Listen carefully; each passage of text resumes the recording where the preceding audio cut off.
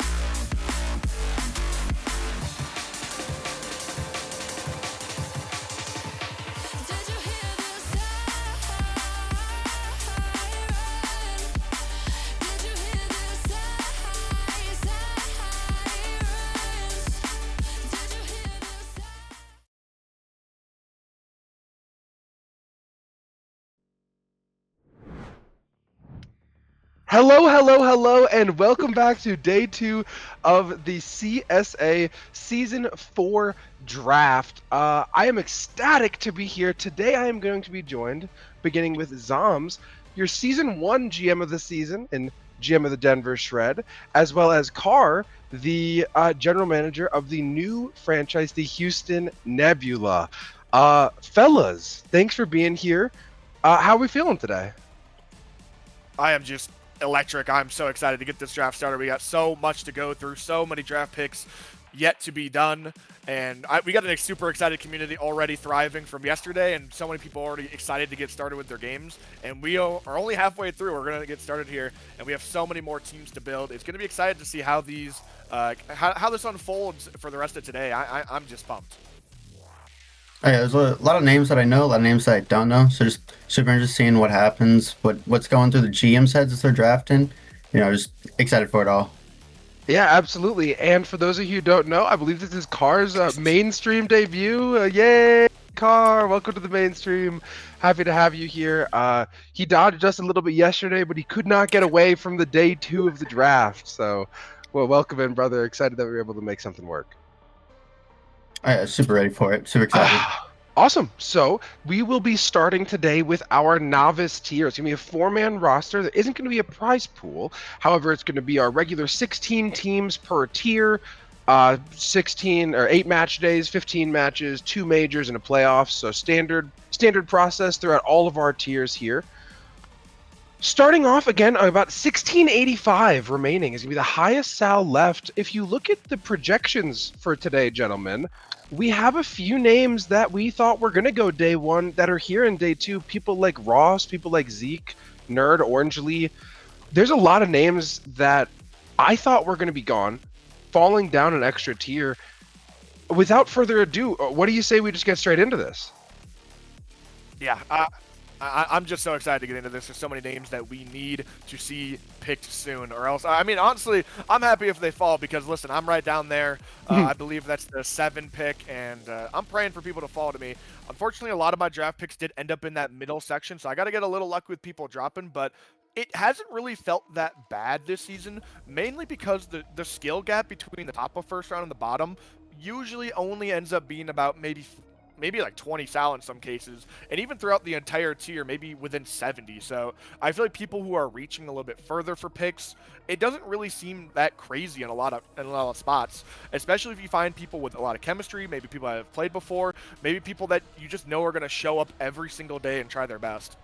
I don't feel like reaching maybe a round even is that crazy anymore. Just with how the season's been going, and we see Ross, that top pick overall, is already going to get taken off the board, and yeah, it's going to be exciting. Yeah, I mean, right before him, we see Kamui go. I believe, is that your? I know you rostered him previously. Former teammate, even, is that correct? Yeah, temporarily. I was only there filling in until the roster was full. Kamui, I believe he was a keeper there, first overall. Super competent player, lots of mechanical ability, and he's just not going to give many people a chance, like on defense. He's just going to outplay you, and you're just going to get scored on a lot of the times. Kamui is an insane player, and building a team around him is a great place to start. So I'm not surprised to see him go there in the first overall. Yeah, and Carr, putting it for you today. You competed with and against a lot of these players last season as well. I believe you're not drafting this tier, correct? Your last tier was advanced, right? Right. I don't have any tiers for today. But yeah, no, I do know a lot of these players. I think going on with what I'm saying, the Souths are so close together and whatnot. And even if you go, dig down deep, there's a lot of names I see here that I think could go somewhere earlier than people would expect and still play absolutely insanely. I mean, I've seen it time and time and again playing in Academy in my first season, professional last season. It seems like a lot of the players that I seem to ever struggle against are always the people that are, a lot less South than I am, or a lot less South than I would think they would be. They sneak up on you a little bit, as we Oh, yeah. see Ross, Rafiki, Smith, Dark Frost, and Killua go here through pick 6. Zoms is now up in 3 picks here. I'll get to him after his pick. I don't want him to don't want to go, hey Zoms, what are you thinking? Who do you want to pick on stream right before his pick? So before that, Carr, are there any names that jump out to you as maybe a surprise falling down from advanced, or just anyone that you think is going to really be a stud here in this early novice draft? Dark Frost actually already being drafted on pick 5 with Atlanta. I want to say I've played against him maybe once. Not a bad player at all. I've heard only good things about him. A super good pull there. Sneaky, I think, would be also a great pull if someone's able to look for it. I think Sneaky could have played potentially maybe even 4th round of advanced. I may be digging too far here though. No, I don't think so. Early for other GMs. I think that those are both reasonable shouts. They're also both players who coincidentally played at the WCSA LAN, so very cool to see the LAN players getting some notice on our online section as well. Dark Frost, someone who I was considering when I was picking for Soj at the end of Advanced. He is a name that really stuck out to me as well. So we see Skullsy here go at pick 8. Skullsy, somebody who I used to compete with a lot in RSC back when he was playing the game a lot. He's back now, I believe. 1660 is a good spot for him. I think that given the opportunity, and if Skullsy wants to grind, he could really separate himself from a lot of the players in this tier. I think he has a lot more threes experience than many 1600s. And as I say that, Zoms, Cryptic comes through as your first pick for the day. Walk us through the thought process. I really thought Cryptic was going to go by now. He's got, a lot of passion in the last couple seasons, especially getting a couple new peaks as well, hitting that 1700 mark, which a lot of these players are striving to get to. And I just think that 1700 mark is a good quality of a first rounder, especially. I know it's 2v2, 3v3 is more important, and Dank was the other guy I was considering heavily. Your former teammate. Yeah, for a very short time in RSC, I did have him on my team. And Dank, although he was only there partially, he had other things to do in life. Dank is a super solid player, and he had a lot of points per game, especially looking at that in 3v3. He's a really well-versed and veteran threes player, so Dank was the guy I was thinking about. But Cryptic, I'm taking a little bit of a shot on him. He also lives in Denver, which is kind of a cool little snip there. But Cryptic, nice. I'm taking a little bit of a leap of faith on him, but I think from what I've seen from replays, from what I've seen from him just in the last few seasons of his improvement, I think he's a pick that I'm pretty confident in, and I think he's going to prove to be awesome. There's a couple other picks here that I've seen gone by. I was looking at Killua a little bit. I actually had a tryout with him back in Season 2. He was 50 Sal higher then, and he definitely was good enough to be on the team. We just had other plans. Like we just were building a different type of team that type of season. But Killua definitely a very scary pick. And honestly, to see him kind of slip down to the 1600 area, it's very scary. And I'm going to be looking out for that team a lot because he is the type of player to once again take over lobby. I think a lot of these first rounders, a lot of people are leaning towards that role that can just kind of out mech the lobby. And I think that's kind of hard to do in CSA now, especially because how close everyone feels and how close everyone is, but just getting that player, and there goes Sneaky that we were talking about before, but there's just a ton of really great options here to take over a lobby, and to see the couple of teams that are going a different way to go a little more team focus is interesting, and I'm looking forward to it, to see how these teams continue on and develop. I'm excited. Yeah, absolutely. And if you are excited as well, you're in the chat, feel free to hop in here, playcsa.com/draft. If you want to see who's left on the board, you want to see what the stats are, when the GMs are picking, how it operates, hop in with us, playcsa.com/draft. Get involved. Say, who would you have taken? Who do you think is a good deal?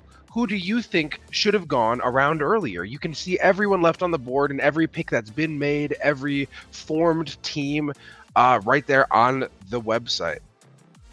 So now we are almost done with round 1 here. We have Hude in chat talking about taking the Mikey/Hive of Season 4.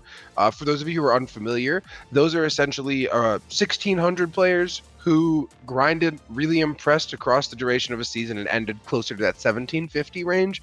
Essentially winning an MVP or getting very close to it along the way. Which franchise is Hude part of management? Is it San Antonio, correct? He's with Baltimore now. Baltimore, yes, you're right. Okay, so Dissa then, coming in at round 1, pick 13, is the self-proclaimed from Hude, kind of MVP candidate early. Are either of you... Is Dissa who you played in Elite Finals, Zoms? No, it was Detta. No, you're thinking of Detta. You're thinking of Yeah. Detta and...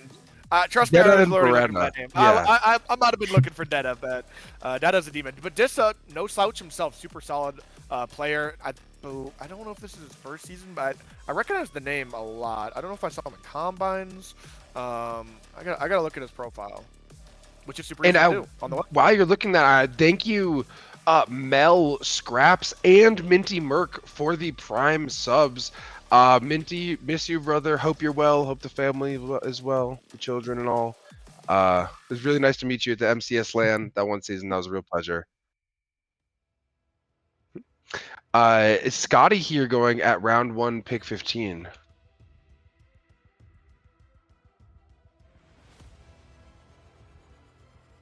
Ooh, this is where we're kind of getting to that area where, I mean, look at the players that are falling. I mean, these are players that really could have been first overall that we saw Sal-wise. I Want to Be Nerd, Orange. I mean, these guys have way more salary value than a lot of these players that are already getting picked, and they could fall into the second round to be extremely dangerous, and make a really scary duo on a team.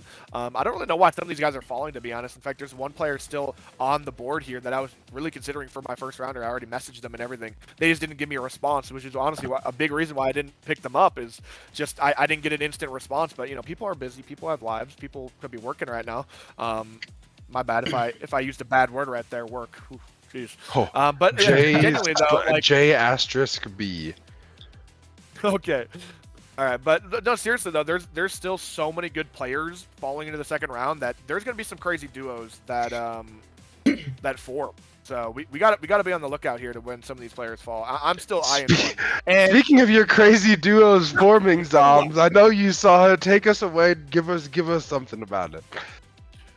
oh my gosh, I'm actually tilted. I cannot lie. I messaged AK. I said, "There's no way you're gonna get picked in the second round." He's like, "Aren't I projected 4th round?" I'm like, "I don't care, dude. You are crazy. It's one of those players that you really want."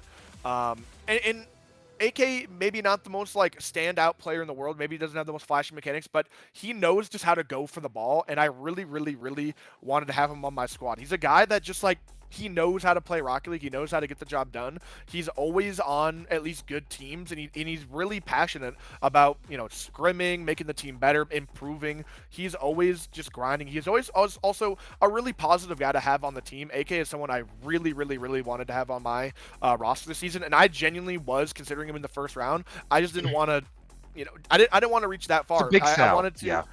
It's a big Sal jump, and I was like, I could probably get away with it in the second round.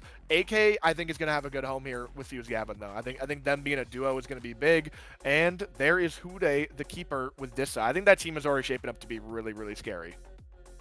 Yeah, I think any team with Hude on it as not the first man is going to be a good team in a tier below 1700, right? We've seen it time and time again so far where Hude, as the non-high Sal, has been able to support their team. Granted, they've been with some incredible players who are some incredible steals, really improved. But again, like, yeah, that, like you're saying, that Baltimore team shaping out to be pretty strong. Soj, I did not have lunch today. I was not feeling well, so I didn't end up eating. Thanks for asking, though. What you have for lunch today? Let me know, brother. Yeah, I was gonna comment on the AK Fuse Gavin pick. I feel like that team just starting off, you know, coming around on the bend there for Mird. Depending on who they get third round, that could be a huge team to watch. I know Fuse Gavin, while I have my personal grudge for him, I've heard nothing poor about him. A great player from what I hear, and AK obviously, like Zom was saying, phenomenal player. I think those two could definitely be a great duo. I felt the need to comment on that. I feel like Mird so far has had such a good draft throughout all of his tiers, and I feel like he's just on a roll. Yeah, I'm really impressed. This is Mirj. I believe, is this his first full season as a GM, or was last season when did he take over in the middle of last season, or was it the season prior? Yeah, last season he was half the season, I believe, the GM. So his first full season for him. Yeah, so I'm excited to see how Mird does, kind of taking over. When are we going to see another wiggle, wiggle, jiggle, jiggle? We'll see about that. But Zoms, you were talking about a few of these players falling, right, based on their salary. We see Orange League go, a 1680 player, I believe, going down to 1668 sal as they fall in the draft. Again, as we have these really higher sals start to fall, that player had already been 1702s this season, right? And you're getting them in round 2 of the tier where the highest sal is 1680. I think Orange Lee is a great pick here for Phoenix and Save Talk.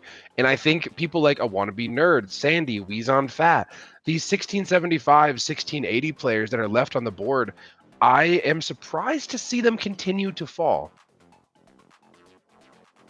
I've been told not to sleep on Milk in chat. Are either of you particularly familiar with the player? I got no ball knowledge on Milk, man. I got no ball knowledge on Milk, but you got to trust some other GMs sometimes, and especially a GM who has been putting in a lot of work and a GM that knows a lot of these other players. Sometimes you see them draft a player and you're like, they're probably pretty good. Milk going there. I mean, I would assume if they're drafting a player there, especially if it's a reach, kind of a quote-unquote reach in salary, they've probably done their homework on that player. They probably have been in communication with this player. They probably had a plan going into this draft, so I'm not surprised. I mean, look at even their first round pick. Their first round pick was a similar reach as well, technically, with being 1648 sal after the adjustment being drafted there. So, I mean, you just have to assume that research has been done and these players either want to play together or some sort of plan has been formed. And I'm excited to see how that works out for them. I don't exactly know much about them, but I mean, you got to trust the GM sometimes especially if they're reaching for players. That means they probably have a plan. And you know, I'm excited to see how that unfolds. And we see our first not a full roster, as we know we have 5-man teams. We count one, and it's a 4-man roster. First projected starting lineup. Yes, and it's a good one. It's definitely a good one. CT, second man on that roster. We've seen him play Rocket League before. We've seen him go up to that GC3 level before. So him sitting in second round under some of these other players, it's looking like a pretty scary team. Interesting point here is that Milk, a lot of the chat is talking about how good Milk is and favorite RSC player. Milk in RSC is this last season was a 1545 Sal. I am going to also pull up their stats because I think it's a really interesting that these people Milk was had about a 51 SBV in Elite. But here they see their Sal a little bit higher based on the statistics. I'd be curious to see how they end up producing. Again, I have a lot of trust in Jonesy. I have a lot of trust in this entire Milwaukee Vortex franchise. I've seen the lineage, the Shark Attack lineage. I've seen the passion. A lot of people who go into that, and I do have faith, but I do also wonder if this player will be able to keep up with this 1640 Sal.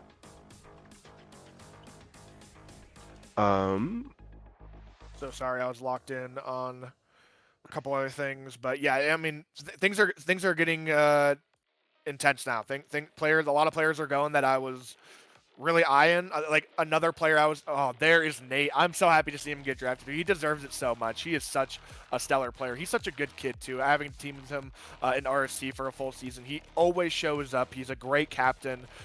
He's got a really good energy. And honestly, last season we saw him kind of conquer his like some of his confidence issues a little bit. He conquered, I think, and he was really going out there with confidence and showing us a new level of play that we didn't really see from him before. He didn't get to play in the finals, sadly, in the semis, really much in playoffs at all because the rest of the roster was so insane as well. But he really could have taken over for anyone and been incredible. I really do believe in Nate, and I think seeing him go here is not surprising at all. He is an incredible player. He got almost up, I think maybe even to 1,700 last season in twos. He has been really, really, really incredible lately, and seeing him go here is not surprising at all. Like he's just a wonderful player. We also saw another roster get updated. Unfortunately, my tab just had to refresh because there was an update that just got pushed through, but yeah, I am trying to refresh and get back in there. But we saw another team get finished, I believe. I didn't quite catch it. While you are talking about that team, Zoms, walk us through your next pick. You took Fury, I believe, correct? Yeah, Fury. Saw him a lot in the last couple seasons, I believe. I don't know if it was just last season, but he was a duo of another player who's already got a draft, Ahmad Sa. Both of them are really good friends. I see them when I was watching the replays. They feel similar. They both have a really good supporting role, and they are both really, really, really just solid players that don't make mistakes. I love having players like that on my team.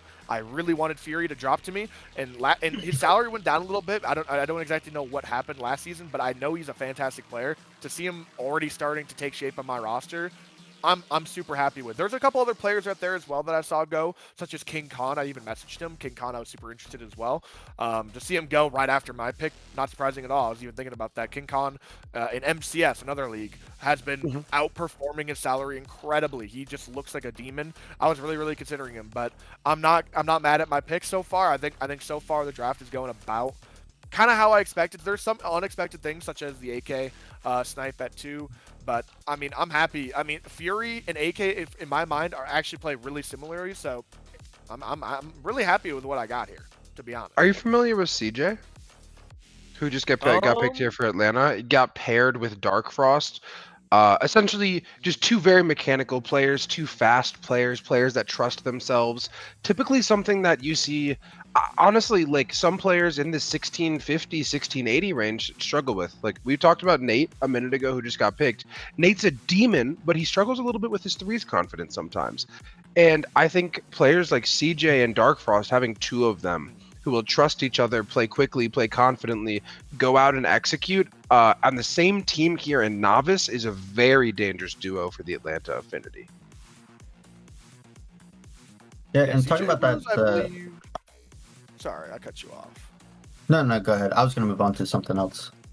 Yeah, CJ, I believe last season was with Carl. I don't exactly know if they stuck. I don't exactly remember if that was CJ or Zay that stuck on the roster, but I believe they started with Carl, and I thought right off draft that they were just going to be like the best team in the tier. If I'm honest, I thought they were going to be the best tier. They did have they had a little bit of a slow start, and I don't remember who got replaced on that roster. I don't know if it was CJ or Zay, but I think both of them are excellent players. To see them get another chance here as the second man, I think it's going to be wonderful. And Dark Frost leading the charge, like you said, fantastic duo. I just don't see. I don't really see many rosters that I'm doubting yet, but one thing I do really want to know, I don't know if this is what you're about to bring up. Look how these players are. These are players that we literally thought could go first overall, and they're still falling. We got Nerd, Sandy, Wheeze, Donut. Like there are players that are up here still that we genuinely thought could have been first overall. And you know what's interesting? All of them are brand new this season. And so Juan mentioned yesterday on stream that name value matters a lot. Getting your name out there to GMs, getting noticed in combines, just even getting noticed by other players, right? The more you come out, the more you show out, the more you put yourself in a position to succeed. And I think, to your point, Zoms, we're seeing these higher sal players continue to fall in favor of people maybe a step or two below that are known commodities. And so a wannabe nerd 1680, Sandy 1675, Weez on Fat 1675. And everyone from 1660 to 1680 is brand new. What an interesting coincidence. Yeah. It's getting interesting. And I'll be honest, there's a player in there that I was messaging for the first round. I just didn't get a response out of them. I don't know what direction they want to go, but now that we're like rounding out the roster, I mean, I would be willing to take a bet on some of these players, because at the end of the day, like, I mean, how bad could it be? You know, like how bad of a risk is it? I mean, you can always, like, I don't want to say like you're gonna make a change, you make a wrong pick, but like that's a really nice luxury in this league, is that we have options, and especially in these tiers where there's 5 tiers. People with those cuts coming through, there's gonna be a lot of options to trade things around, move things around. If you don't like your team, you can make a team that you will like guaranteed. There is an ability in this league to make a team you will like. You just have to put in the passion. You got to put in the effort. You can find that. Every single player, I believe, can do that. And sometimes that comes through hard work. Sometimes that comes through spamming scrims and replay reviews. But I mean, there's different ways all about it. We're getting up on this next draft pick here. We've made it into round 3. Yeah, all of it around 3. We're gonna start seeing some of these rosters round out, Rob. Yeah, Oni goes here, someone who I play against in a different league, Champions League. I think that Oni is. I've never seen them play in a lobby full of people who are above GC1 before. It's an all-rank draft league, so I'm on a team with a Diamond 1 Sal and a Champ 3 Sal. And so it's very like some strange experience. But Oni is someone who's been extremely impressive to me throughout that. Someone who I think could, given the opportunity now that they're here, really flourish. Being presented with high-level 3s gameplay, what does that look like? Let's watch Oni take these steps forward, and I think that going late round 2 into round 3, I think it's a great pick from Pyth, and I think Oni's gonna really surprise some people, especially being. So that's another full team. Kamui, Oni, and DMT. How we feeling? God, I'm not gonna like it when people are playing against that team. It's gonna be extremely mechanical. I don't exactly know how they're gonna work out on the pitch yet. I don't know how they're gonna blend together, but it is a team capable of a lot of destruction and chaos. I think they can definitely take some names, and I think they're gonna be instantly a threat for all teams.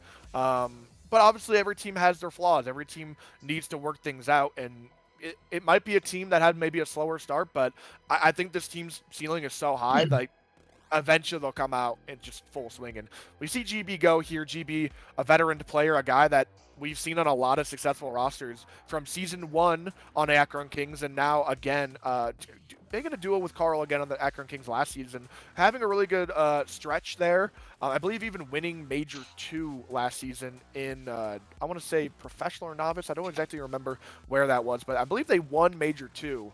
And everyone thought they were going to have an incredible playoff. Unfortunately, playoffs was a little bit different and went a different way for them. But seeing him round out a roster with Ross and I believe that's Astro, I mean, I just don't think it's crazy. I think it's another name value player that is consistent, a player with results, a player that is going to show up and play well.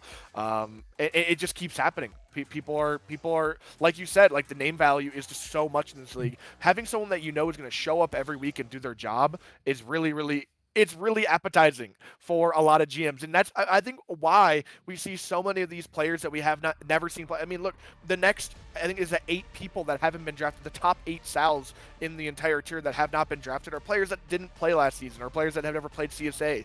It's just scary for GMs to draft these players to take a risk because we don't know if they're going to show up. Now, eventually, I think it's going to get to a point where they have to go. Like they have to go, or else teams are going to start getting really scary. Yeah, I 100%. completely agree. Go ahead, Carr. I would say GB. I think it was GB Carl. I think CJ was on that team, but I want to say CJ towards the end of that season ended up on the bench. I don't remember who their third player was, or he just swapped out between another guy. It was Dark Frost. Was Someone it Dark who also, Frost? yeah. Okay. Then yeah, those two they swapped out pretty consistently.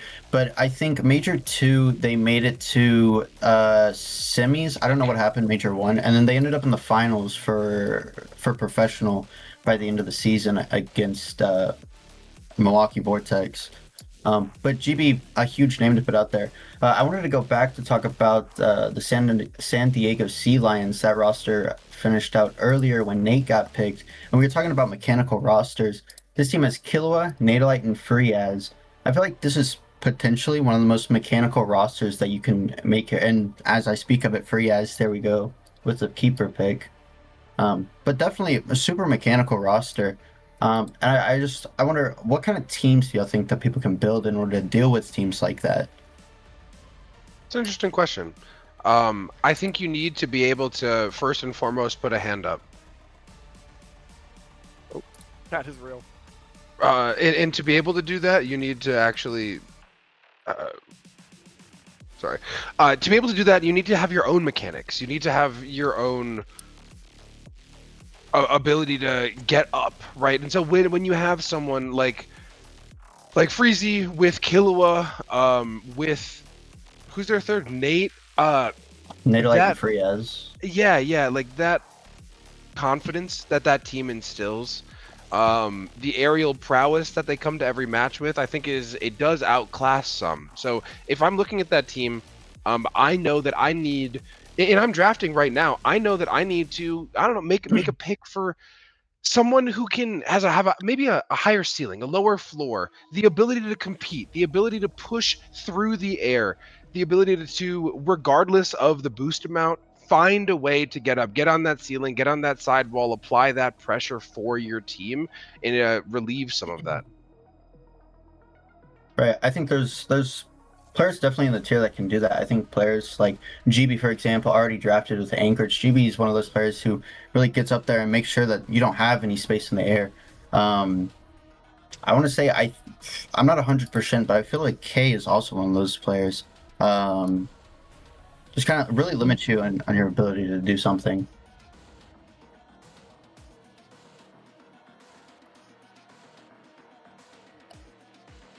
And just so management know and everybody else knows, as we do have a couple extra tiers today, we are getting the pick timer going from 45 to 30. We don't auto pick at exactly 0, but we do want to keep things moving. So the website did not break. We just paused the timer. It is back up going to 30 seconds from 45, as we have 2 extra tiers today that we did not have yesterday. And Zoms was on the clock here. Okay, yeah.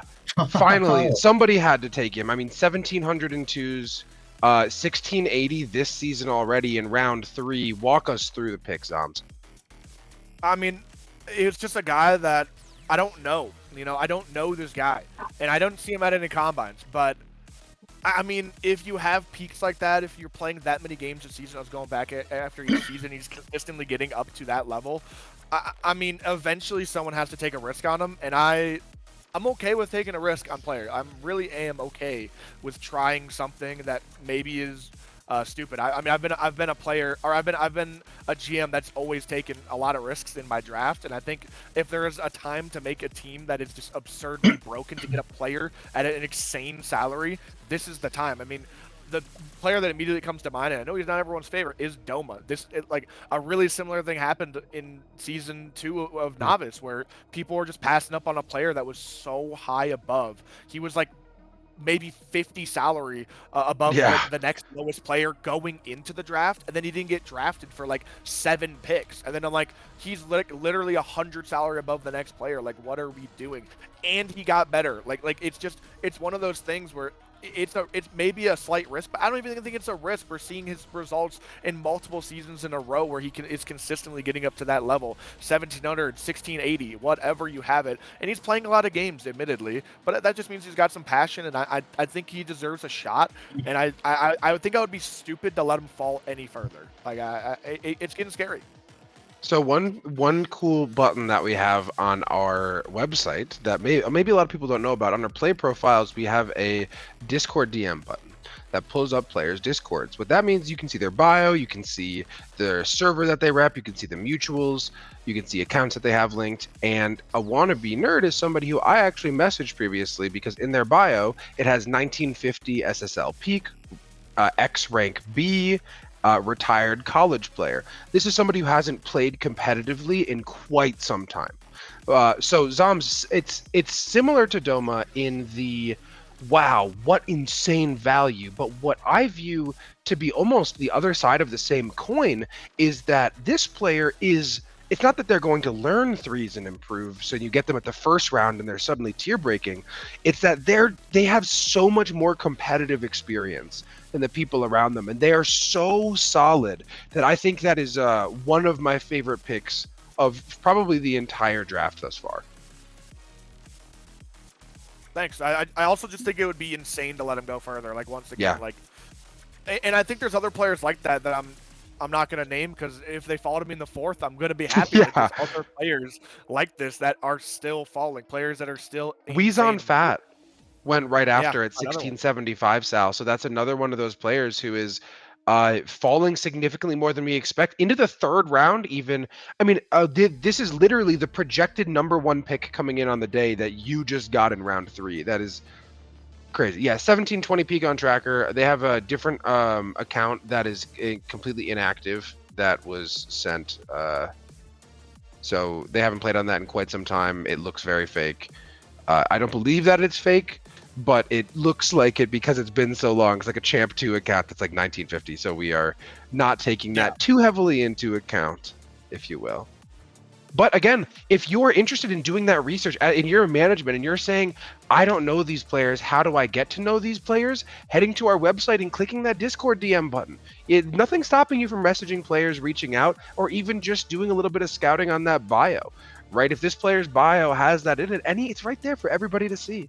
And I think it's interesting to me that despite the player's tracker being so high, despite repping the 6-man server as their server tag, meaning that they're inherently a little bit more competitive and like getting those reps in and focusing on improvement, we see them fall late. So on someone else who I am super excited to see here go at round 3, who could have fallen a tier down or even later, is Blaze Cupid. Somebody that I've known for a very long time, competed with and against collegiately forever.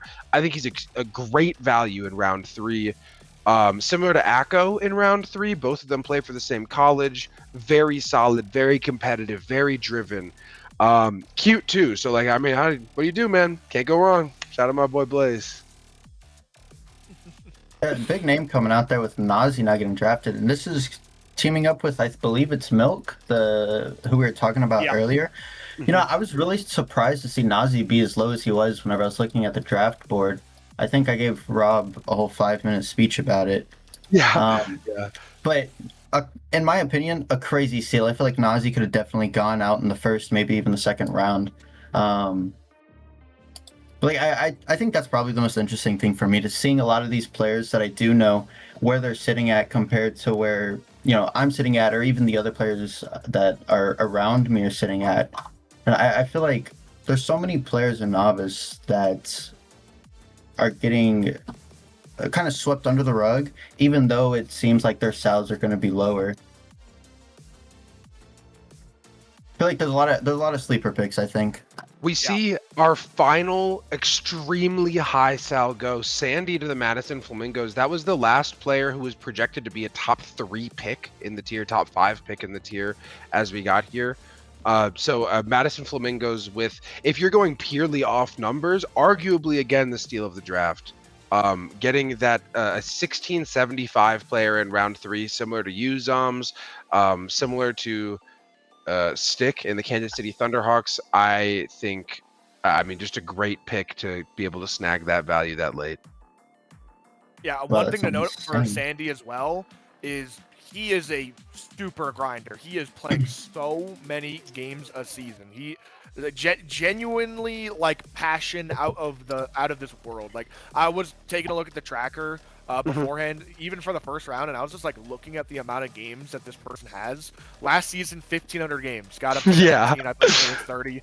This season already, I believe it was 700, got up to 1,700 again. So 2 seasons back to back into 1,700, consistently getting around 1,000+ games. This person is playing a lot, and they want to improve, and I think they're going to be a fantastic player to have on your roster, especially slotted in as the third man role. I think that's just an incredible place to slot them in.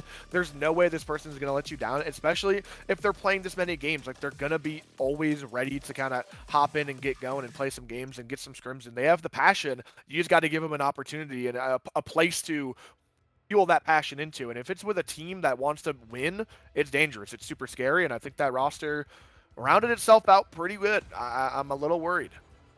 Best ability is availability. And with that being said, we have rounded out round 3, meaning that we have our projected starting lineup for every tier.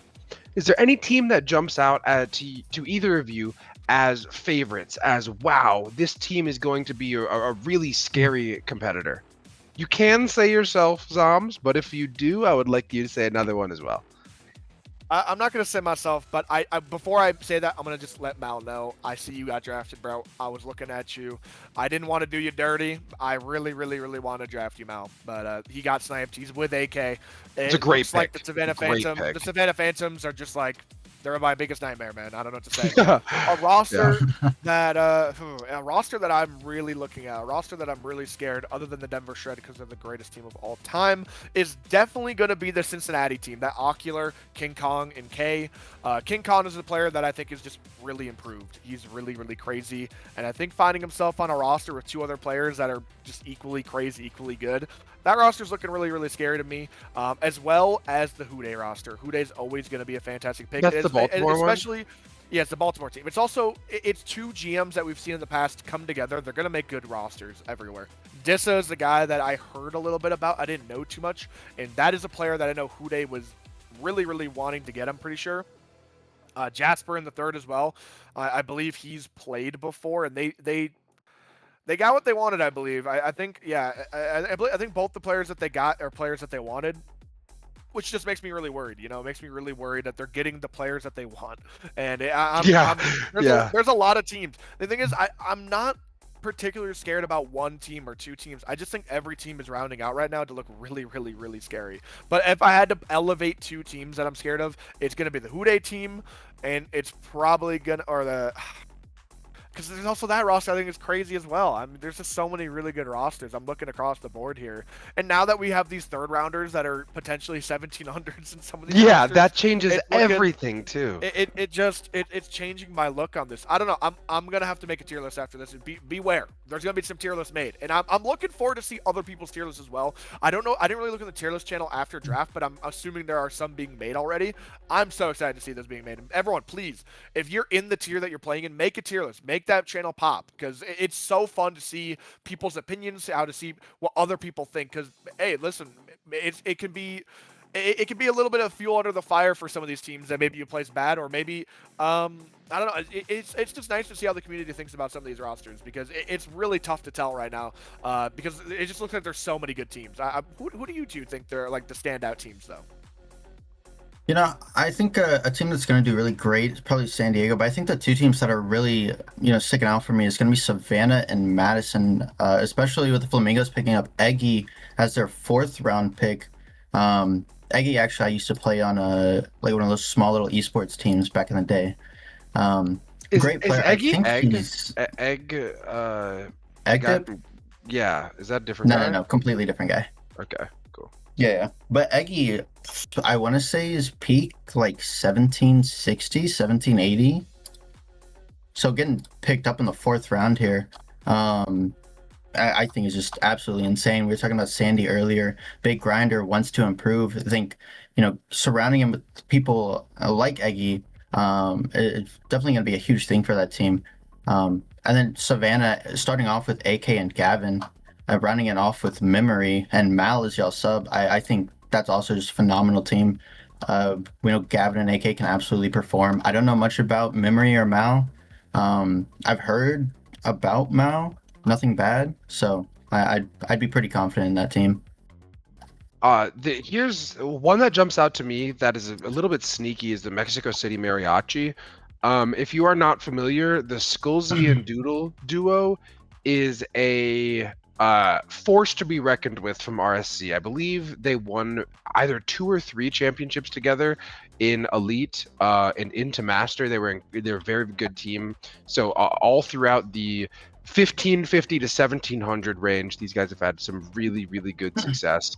CT Nivlak is one of the easiest people to play with ever. He just like plays and rotates and plays easy, smart Rocket League. So having a really dominant duo that has chem and is fast and confident with someone like CT, I think that Mariachi team could surprise people. I would also like to say in chat, thank you for the Prime sub, Eclipse and Blu, BL-Lu, if that's below, if that's how you say it, below maybe. Thank you for the Prime subs. We see Wade go Evil Donut 4832. For some reason, that just feels like the name of the player that Eli would draft. It just feels like he's home at the Minneapolis Meteors for some reason. Favorite teams? Of course, bro. There's a lot of really interesting ones. I think it's what it keeps coming down to is that it depends. It continues to depend. The upside is there for so many of these different players. It all comes down to, again, these 4 months of seasonal play where who wants to work to improve the most, who wants to scrim, who wants to get reviews, who is willing to put their ego aside and say, I will do what I have to for my team to win, for the analysis to take a step back. And if maybe fill a role that I'm not comfortable with. I'm very torn. There's a lot of different groups of people in this tier that I believe in, not just as players but teammates. And I think it's going to be, frankly, I think it's going to be the most competitive tier that has been drafted so far. I'm very torn on placing my favorites. Oh man, it's my pick now, so I gotta kind of. I think I know who I want to go for, and this is a player I've always really rated in other leagues, but I don't think I've ever seen this player. I'm just gonna draft them. Winter. I don't think I've ever seen Winter play at a level that wasn't Rising Star, and I've always rated them a lot. I've always think they've been on really good teams, and I think that's mostly because of him. I think he's always been maybe the best player on his roster, especially in MCS. I think he's always been a super solid player ever since I've seen him on the scene, and I could not be happier to round out this roster. I think he's easily competing for a spot. Winter is crazy. I saw him in chat a little bit ago too. I think he's excited to get drafted. I think he's excited to play, and Winter's just a guy that he has good energy. He's teamed with just having being teammates with Blasky, I immediately know you're going to be a good guy, and I know you're going to be someone on the team easily competing for a spot, and you're always outperforming your salary. I think I'm just excited to see you play in a higher tier, and I think there's nothing but upside for Winter. So I'm excited. I'm really excited. This just in as well, just shouting out some people in our community. Haha Boo just hit 2150 for the first time. So for those of you who don't know, Haha is someone who a few seasons ago in CSA maybe just hit 1900, was kind of up and coming, and someone who we've kind of gotten to watch grow. And I think it's very cool. So hitting 2150 is incredibly impressive. I beat Jorfinho to do it. He's moving forward. He's a season 2 premier champion, and I mean he's taking his first step. It's gonna be his first time in world class this season, and I'm really excited for him. So yay, haha boo! Shout out the goat. As we see Toro go round 4, I believe Toro is another MCS name. I'm not super involved this season, but I've heard a little bit. If this is the same mechanical Toro that I've heard about Zoms? Toro is also in RSC, so actually in both leagues, we actually got to play against Toro. I believe in semifinals, if I'm not mistaken, and also in one of our last matches of the season. Definitely a very solid player. And MCS has a much higher salary, so they're weighted a bit more. I think they've been a player that have they've been at the 1700 level for a while, and in fact, seeing them at a 1620 sal was a bit surprising. I'm pretty confident that they're going to be on a fantastic team here. I just wasn't entirely sure. They've been on a couple of pretty interesting rosters in my opinion. And I don't honestly think it's been entirely their fault. Maybe one getting kind of unfortunate. I don't want to say teammates, but I mean the rosters just have not. I mean, especially in MCS, I'm thinking a lot of where every single person on the team was very. I don't want to say overdrafted, but it just was. There was just no way, there was just no way that you could be good on that roster. And I think now getting a chance to get on a new roster and be able to actually play the game and actually compete at a higher level with teammates that are around your skill, I think Toro is actually going to excel here. And especially in the sub spot, I honestly think there's only upside to Toro here. Seeing them be at a higher salary in other leagues and honestly not like they have tried very, very hard. In fact, in last season, they were teamed with DJ. They got to LAN. It was rough. But once again, that was another team that I think was undersaled. Like, the entire roster was just missing salary. Like, they just didn't have... They weren't at the sal cap. And I think if you improve one player or two players on that roster by making a move, I don't think Toro was, again, the really main problem on that roster. It's just the fact that they're missing so much space. Yeah. I think Toro can maybe make a name for themselves here in the 4th round. I want to give a shout to Katana, who got picked right after by the Cincinnati Monarchs. Katana's somebody I met in a drop shot lobby. Just started hanging out with him a little bit. Haven't gotten to say what's up in a while, but joined his personal server. And I almost didn't send them an invite to CSA because it felt kind of weird to like, hey, I met you in a lobby, come join the league. But he's better than all of his friends, honestly. All of his friends are like GC1, Champ 3, and this dude is a monster. He was a 16, like a 30 scraper peak when I met him, like a few months back, and since then he's gone on to hit 1690 this season. I've seen him in a bunch of combines, in a bunch of tryouts. I've seen him trying to really take some steps forward. Already hit his peak in 2s and 3s this season. I am really excited to kind of provide a space for this dude to take a step forward and get some competitive reps. I don't think he knows. I think it's his first league, and I'm really excited that there was a chance Katana would fall to the tier below this, and he was either going to win MVP and play with some people worse than him like he always does, or he was going to go here and give himself a shot to really take that step forward. And I am really excited for this player in particular to see what they'll be by the end of this season. Oh, water break, everybody. I'm glad it's our first one. Hopefully there aren't too many coming. Cheers. Listen, we're going to need a few more because, it's all right, though. A lot of yapping. Got to keep ourselves hydrated. Car, anybody in round 4 jump out as a great value, or anybody left jump out to you as, wow, this guy's still here?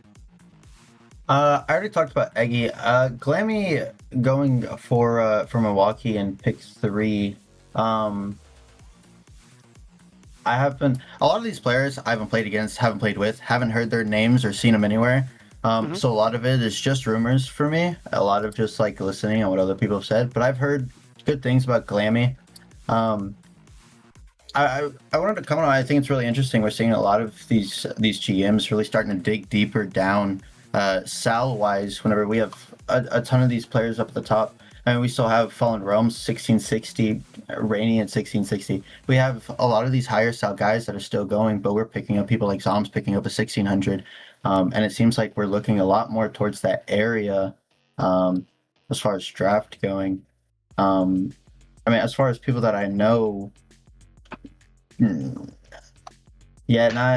too many. I think everyone that I know is already gone. It's interesting because you kind of took a very large step forward with a group of players from your tier this season.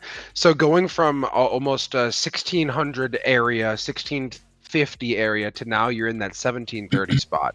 The players that you competed against are really scattered throughout, like 1580 to 1750. And so I think it's a very interesting uh, relationship that you have to this MMR range, being able to understand what it takes to win within it. Um, and kind of going off of that point, having been an all-star and MVP candidate both of your seasons, what do you think it takes in a draft league in particular? Like, what does it take to win from someone who's had some success in doing so? I think the biggest thing for me that I've had throughout my last 2 seasons is just confidence. Just believing that you can be that player that can change it all for your team, believing that you can make it through all the way. I know that's really like cliche and whatnot, but I think that really is just something that I've held with myself going through season 2 and season 3. Just, going into every game thinking, hey guys, we can pull this game out, and being a team player. Keeping mental good is so important in this game. I honestly think it's more mental than it is really skill when it comes to Rocket League. So making sure you're good, making sure your team's good. At the end of the day, it's a team game. Can't do it by yourself. Yeah, absolutely. I mean, you had people voting for you for MVP when you went 4-11. So I don't know how that. I don't know how that happened. Shout out Wi-Fi. Shout out Power. Real ride or die fellas there. But I agree. I think it's about believing that you and your team, no matter the circumstances, can always come out on top, even if the other team has some players that you've never seen before. So is hitting mechanics you've never seen before. All it takes is you pulling out one game at a time.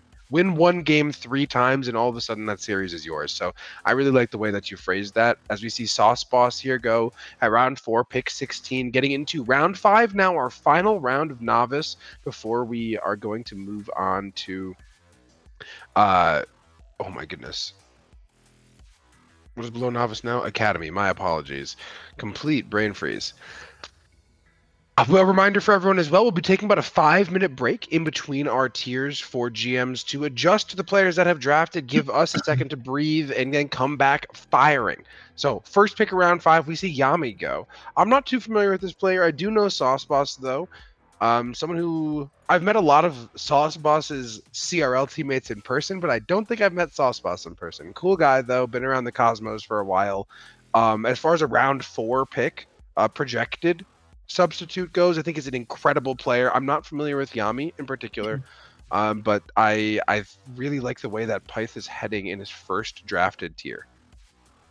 I'm surprised to see Sauce Boss go so low. I believe he was the first man last season for Kansas City, the Thunderhawks, and they were able to barely scrape on by through play-ins to make it into playoffs. I believe they went out in this first round against, I want to say it was actually against Carl and GB, the Akron King. But, just making playoffs in general last season, I feel like it was a big struggle with how many, power teams there were. So seeing Sauce Boss as a round 1 from last season going so far late, huge pickup for Honolulu. Yeah, I'm going to be excited to see how he performs on that roster, competing for our roster spot, of course. That's the exciting thing with this roster, or with this section, is that these are people that are going to be fighting not only to get that roster spot, but also fight to not get cut. So a lot of these players are fighting, and it's going to be sometimes the player that has more passion. Maybe it's not the player that's the absolute best right now, but it's the player that really wants it more. And I think we're getting in the realm of players where the fallen realm.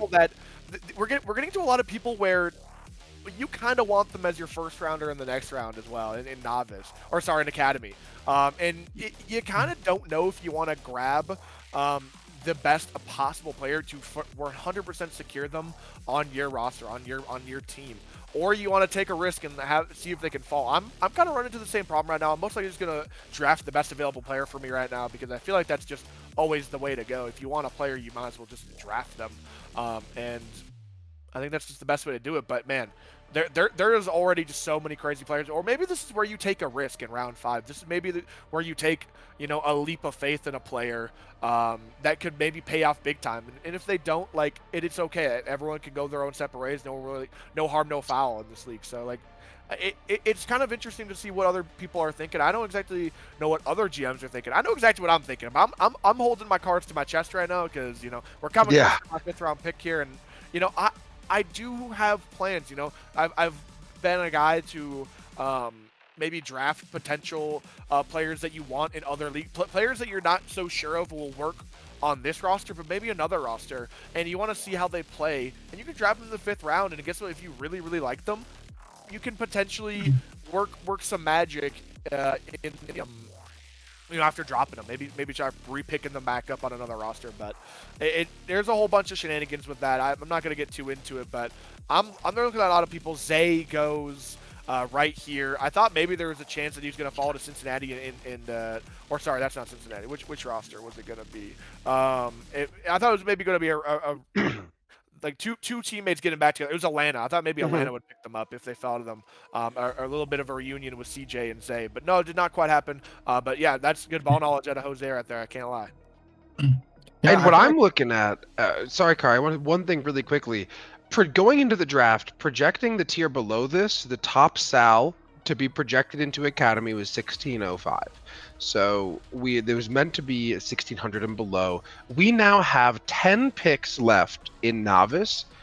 Our 3rd highest Sal is 1625, so that's not too crazy. We have 2 1660 players remaining. And like you said, Zoms, if these players say, oh, wow, I would rather take them in early, I don't want to take them now, I hope they fall to me in Academy, they're going to let them fall.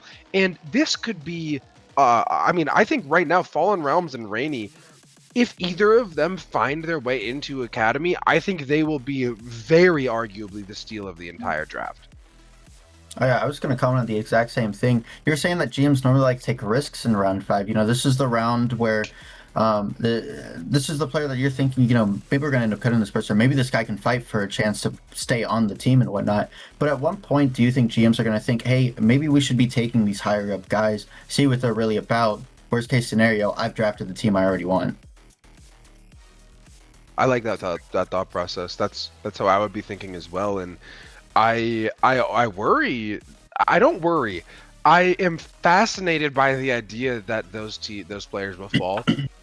Like you said, people are going to be taking. I think there's the argument in this round 5.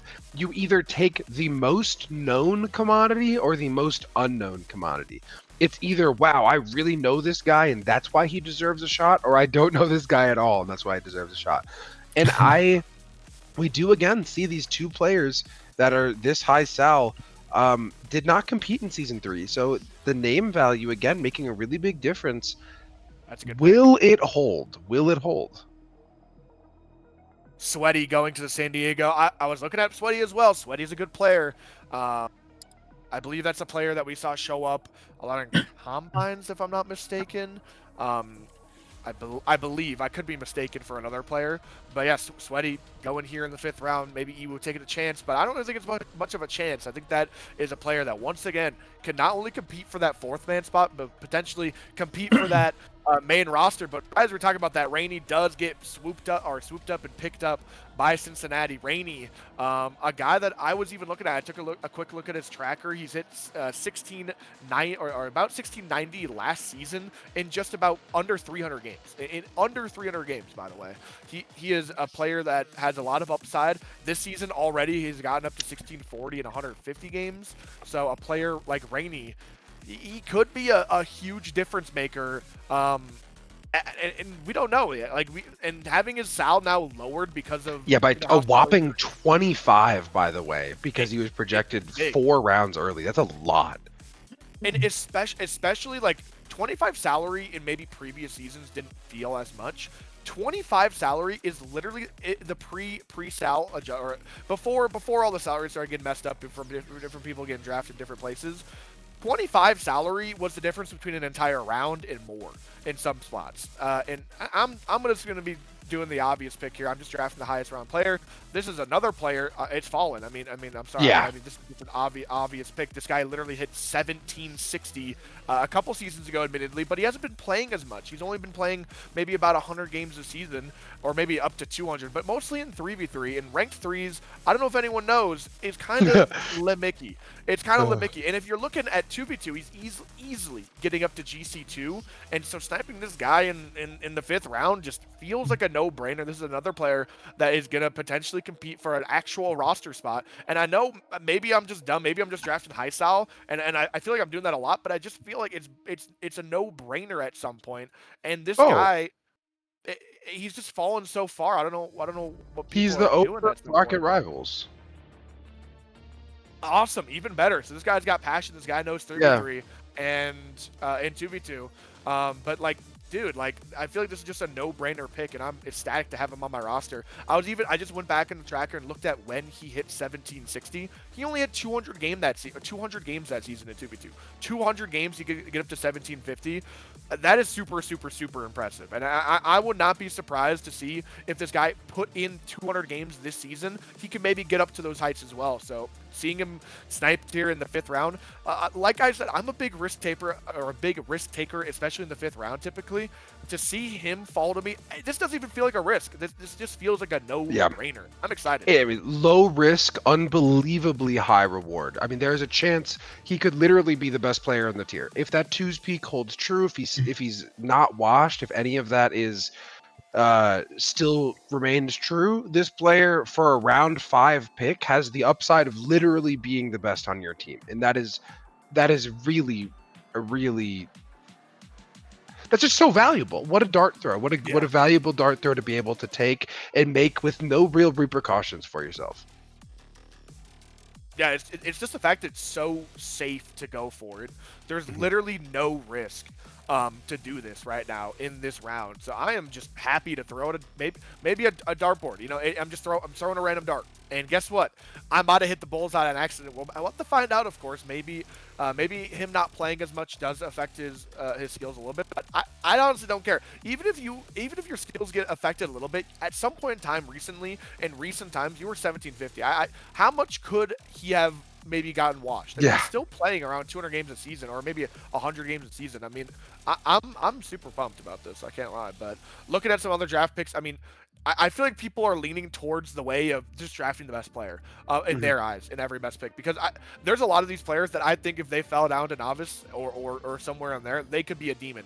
I want to go over Yami, Jamie, Zay, all players I think could be insane. I want to look at Sweaty, another guy that I think if they fell down could be tier breaking. Warrior even, crazy player. Magic, I believe a returning player. I think he was on Milwaukee Novice. Yes, Milwaukee Novice last season. Was a fantastic player. I think, looking at his stats, he had a 62% win rate, so he was on a winning team.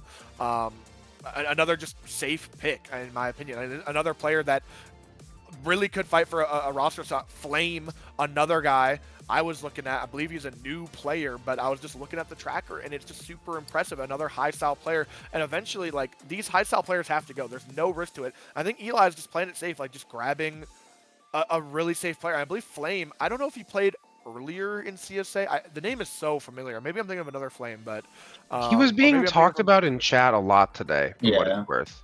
I also cannot place where I know the name from, but it is extremely recognizable. I don't know where I know him from. I feel like he's maybe played in a previous season. I don't know though, or maybe RSC or something. But I don't know. I was looking at his tracker. He was one of the guys I was considering grabbing there if Fallen hadn't fallen to me. Flame is on the D20 vet team. Flame is on RSC vet team. Yeah. That's where I know him from. And yeah, Flame consistently. I mean, he's already back up to GC2, so sniping a GC2 player this late in the draft. And like I'm looking at his games. Usually, when a player has a ton of games, you can kind of brute force it. He's not brute forcing it. He's just getting like about 200 games a season. That's not really that crazy for most Rocket League players.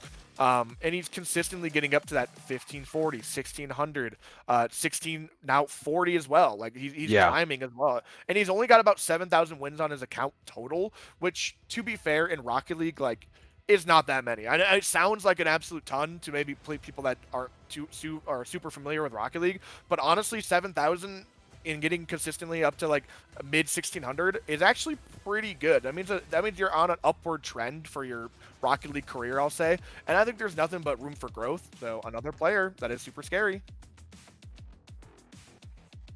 All right. Let me see where everything is at here. And so right after Flame, we see Ethanol go. Is it Ethanol Bonkachu? Is that correct? Ethanol got drafted No, yesterday. this is the He was tier my last above. pick. This is the tier above here. Give us one moment. Yeah, that is the yesterday board. Perfect. We have just a couple picks left here. Thinking about where we're at, are anything that you guys are looking forward to for season 4?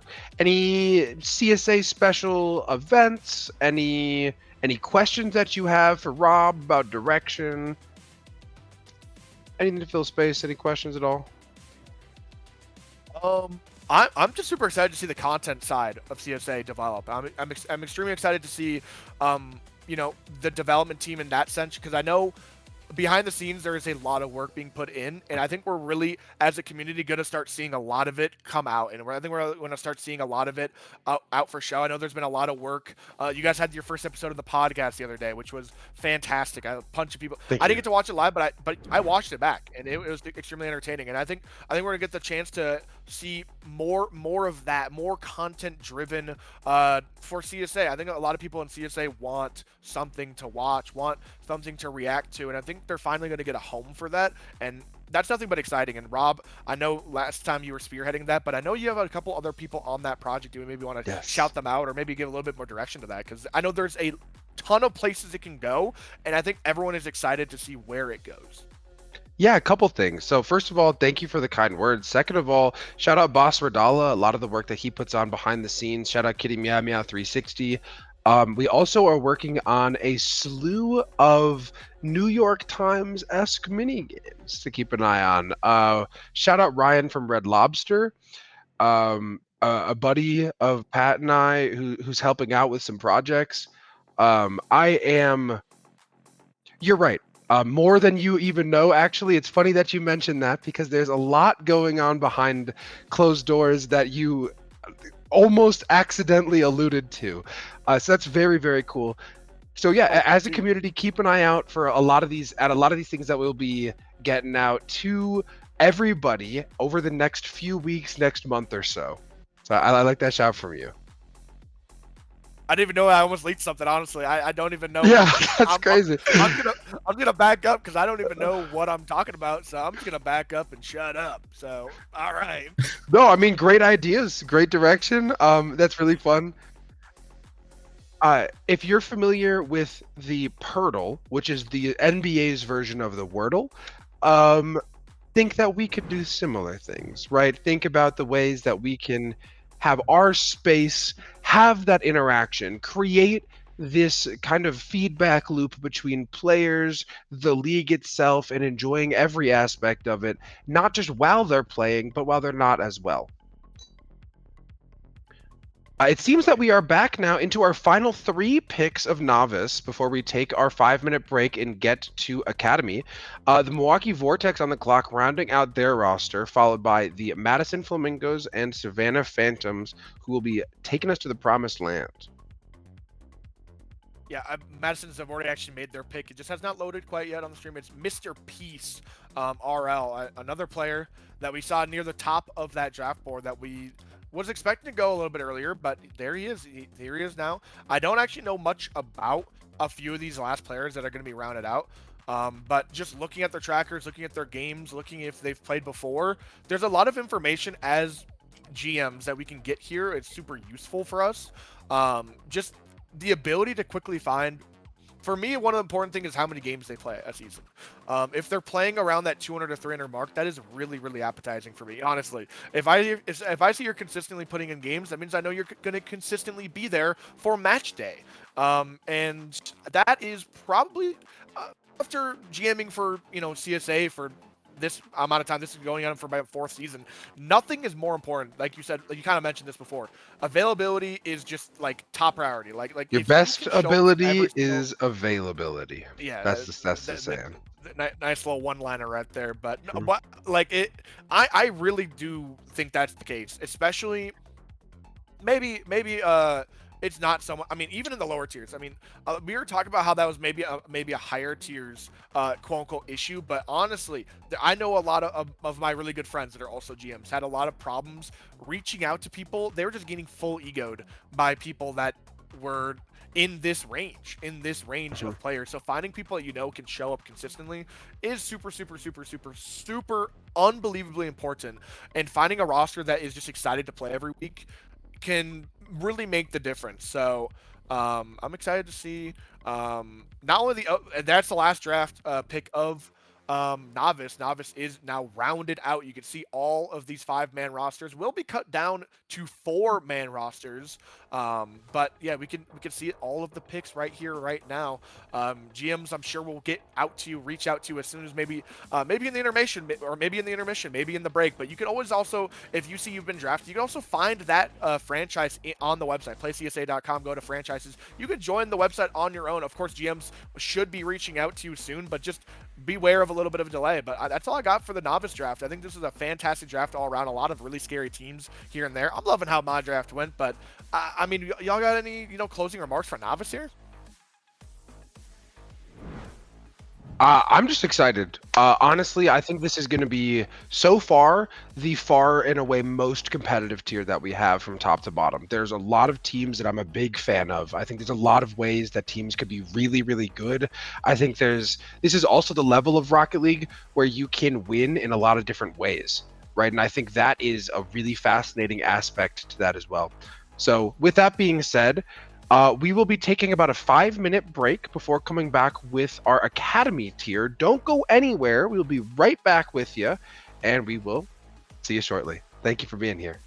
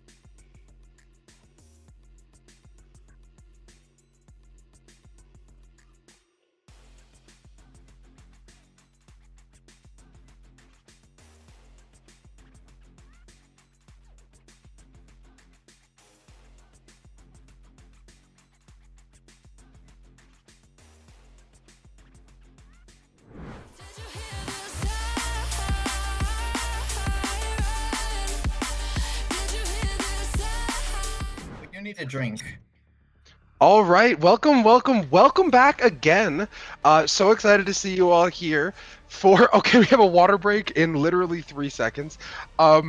So excited to right. have you all here for our Academy draft. It's gonna be essentially 1,500, 1,600 and below. So I'm really excited. This is to me is. I know we just talked about the last space being the quote unquote most competitive, but I think that this is. I think this one's even gonna gap it. So water break before we get there. What the hell kind of teapot am I looking at? First That's of all. crazy. What are you talking about? Anyway, as we are all regularly drinking our water, Car, I was curious, as a lot of the people who you competed against with last season ended up in the expert space. Are there any teams that we want to reference from yesterday that jump out to you? Or you, Zoms, and anyone from yesterday that really is noteworthy. Well, let me pull it up real quick, and I'll get back to you on that. I mean, I would love to talk to her about my drafting glaze, all the players I drafted all throughout the day, but Let's talk about I'm not it. going to do that. Okay, I can do that, but I want to look at advanced a little bit more. I'm looking at a guy named DJ Dancing Duck Gift. You guys talked about him very briefly yesterday. But I think he actually went at a fantastic spot. I know we just saw him in RSC win. Of course, it's hard to give him that accolade when he had two unbelievably crazy teams. Maybe potentially 1 and 2 in the tier. But you have to realize they wanted to play him over a player like Pillow. And I think Pillow easily would have either gone in this tier or expert. So to see DJ Dancing Duck, who is potentially on this either on the same tier or better, fall all the way down into here with players around this scale, I think is really, really, really surprising. I think DJ Dancing Duck Gift was maybe not given enough credit. I think he's a player I really wanted to follow to me. I was messaging him. I was letting him know that, hey, there's a good chance I draft you. Of course, I ended up getting Ahmad, which is another one of those players that easily could have gone on the tier above, and I was super, super pumped. He's a player in the community. He's a guy that has been around. You know, he's so solid, so consistent for so long in so many different leagues.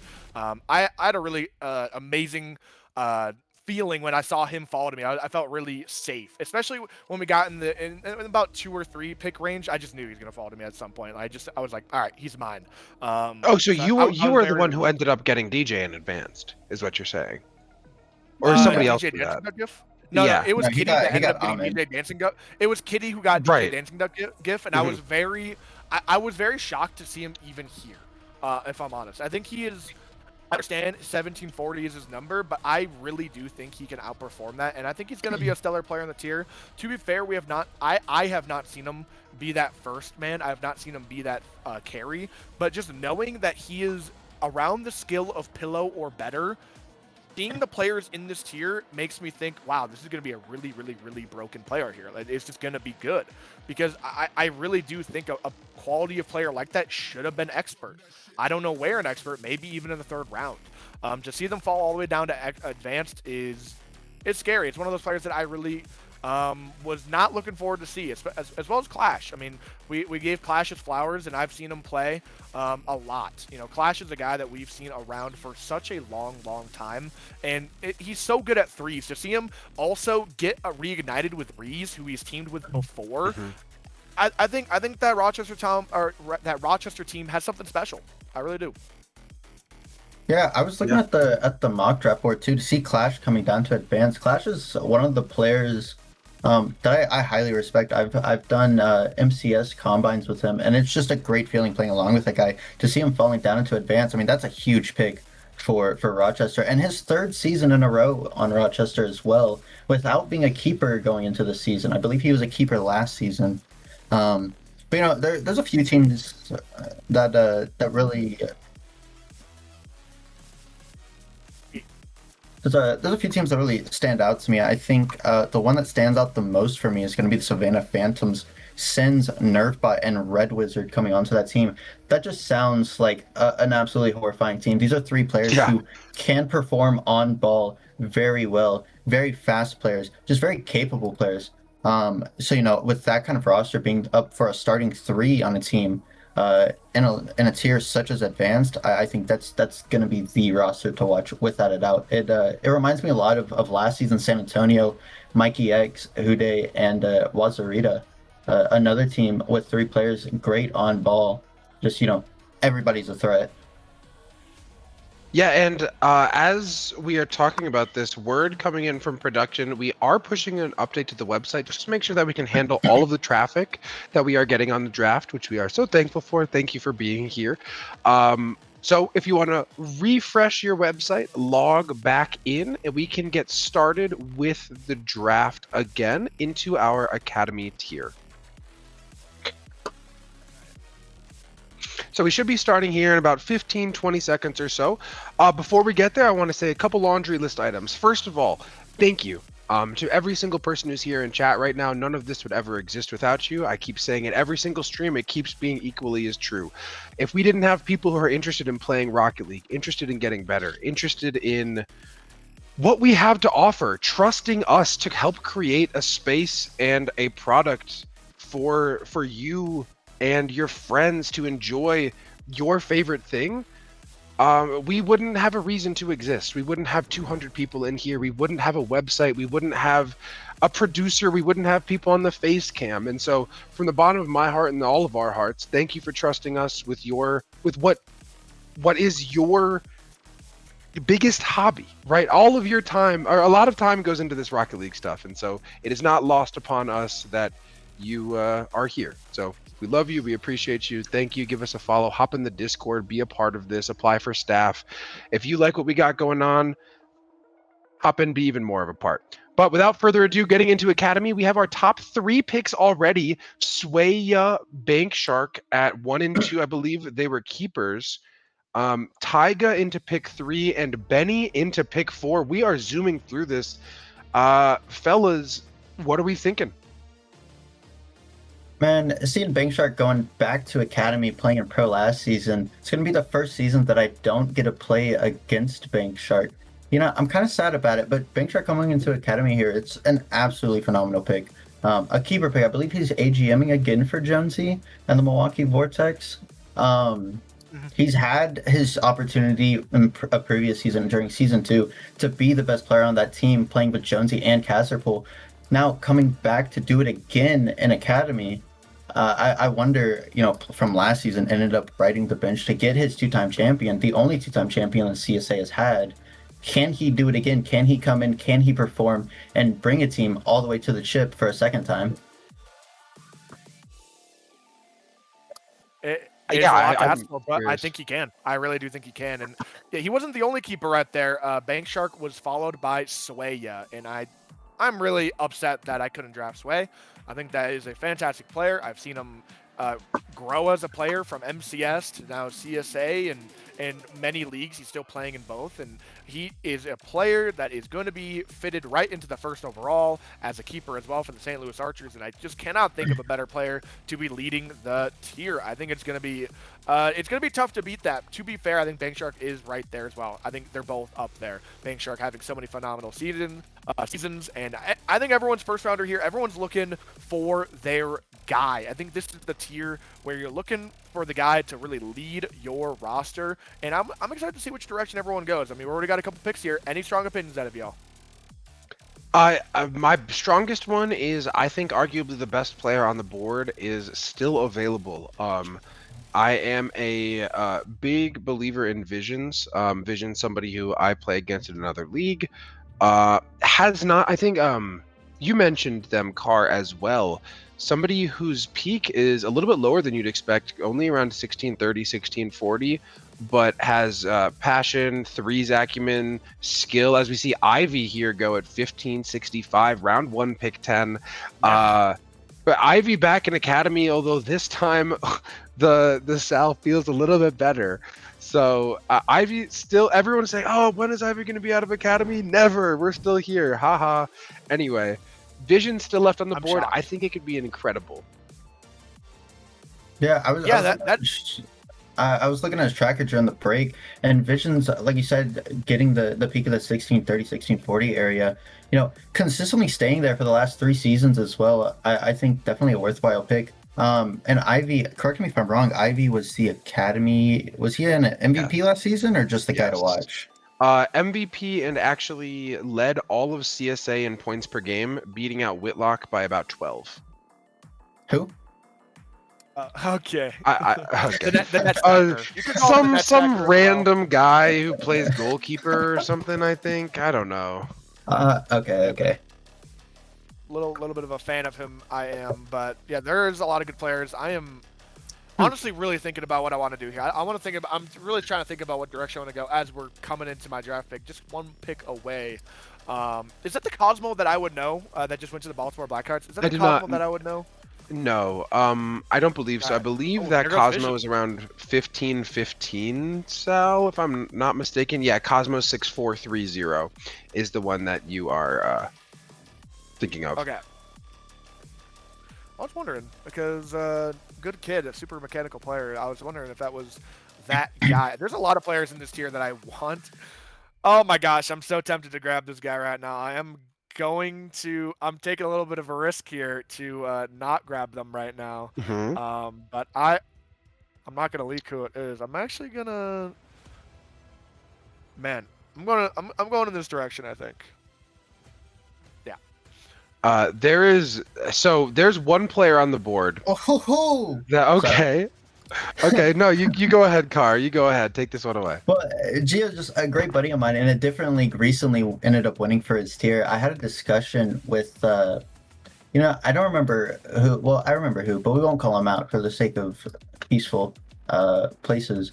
But Gio, one of those guys I definitely think is heavily undersold. I think this guy has the ability to absolutely rock a tier. I think this being one of those tiers, I think even Novice, he would have been an amazing pick to take him in. In my opinion, big props to you, Zoms. I think this is a massive pick for the beginning of this team. Yeah, I heard a lot about him, and I don't really know much about him, but I've heard things about him, so I am taking a little bit of a leap of faith, and I think this is a player that I'm willing to take a risk on. I've heard really, like you said, really good things about Gio. I heard that maybe he was supposed to be much higher, but I think this is a guy that maybe has an opportunity to really make his mark on Academy, and I think he's gonna. I think he's gonna be good. I'm excited to see what results he can produce. And I just want to see if what other people were saying. One of those people being Juan. I want to give my flowers to Juan. Juan really gave big ups to this guy. I wrote that down. I wrote that down immediately when I was talking about him. And I know Juan is like the #1 LARPer of all time. I know I call him Trent a lot, and I talk about his bald spot a lot. But this could be one of those picks that I got to trust him on because at the end of the day, Juan does know quite a bit of ball as well. I know I hate to admit that. Do not clip that, by the way, please. But he knows things about these lower tiers. Not lower tiers. I mean, I say lower tiers. It's still literally all players that are probably better than me. But like these players that are just hidden gems in the rough, and like players that. When you start getting further and further down in the tiers, in the salary, it becomes really difficult to have a perfect salary for every single player. That's why it sometimes feels like when there's one player that's slightly missed out or one player that's maybe slightly off of what we initially thought, it feels like so much. And if it's going to be especially the case this season with everyone being so close together, I think Gio is a guy that I'm kind of an investment pick. I think this guy could end up being broken. So we're gonna see. Oh, yeah, 100%. Yeah. I agree. I think past seasons he's had a really rough time finding a team that he can really fit on. I think that may be the only thing that's held him back from having a moment in the spotlight where people can see him and be like, hey, that guy's pretty good. I think you get him the right team, you get him the right players, you get him to even step out of his comfort zone, get him to play a little bit more aggressive than he normally does, and I think absolutely amazing pick. I think he's going to definitely be able to lead Academy. Without any hardships. So, Zoms, we're here at your round 2. There's one player left that I think is personally arguably the most polarizing player in all of CSA. It's someone who I spent more time trying to sell than I think anybody else. Okay, it is not Seer. However, shout out Seer. Love that guy. It is the one who I am referring to is a Big Papa Grape Armo. This player is fascinating. They are currently 1270 in ones. They are 1341's peak, but they're also a 1592's peak and only a 1303's peak.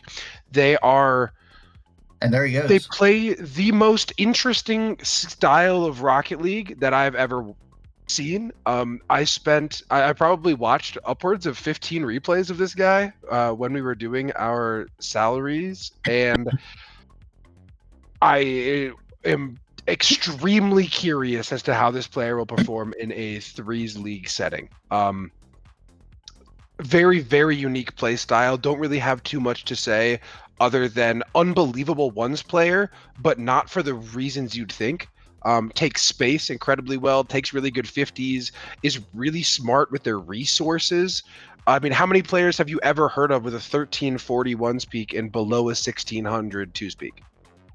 Right? The mechanics really, yeah, the mechanics don't seem to be there in the way that you would expect. But the decision making and resource management is unbelievable.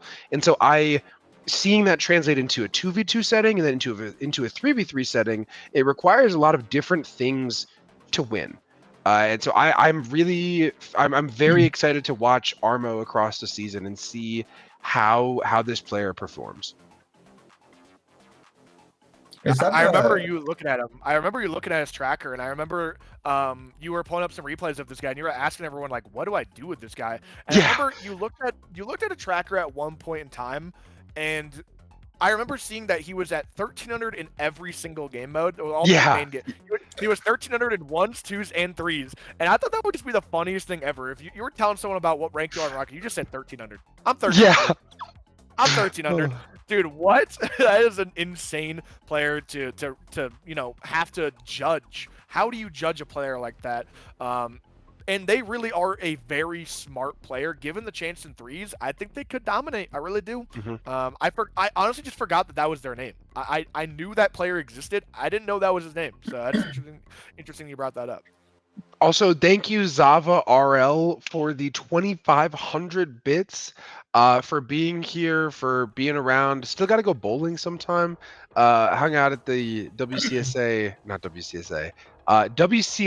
LAN several years ago. A great dude, good friend of mine. So thank you for being here. I'm excited to have you in CSA again. Appreciate the bits, obviously, but it means more to have you here, brother. So thanks for giving us your presence. As we move into Minneapolis here at round 2, pick 11, we see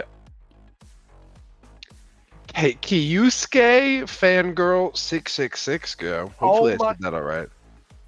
So that is Swit. I just realized. Okay. He just DM'd me. Okay. That is just Swit. DM'd Okay. me, and it just clicked that was Swit.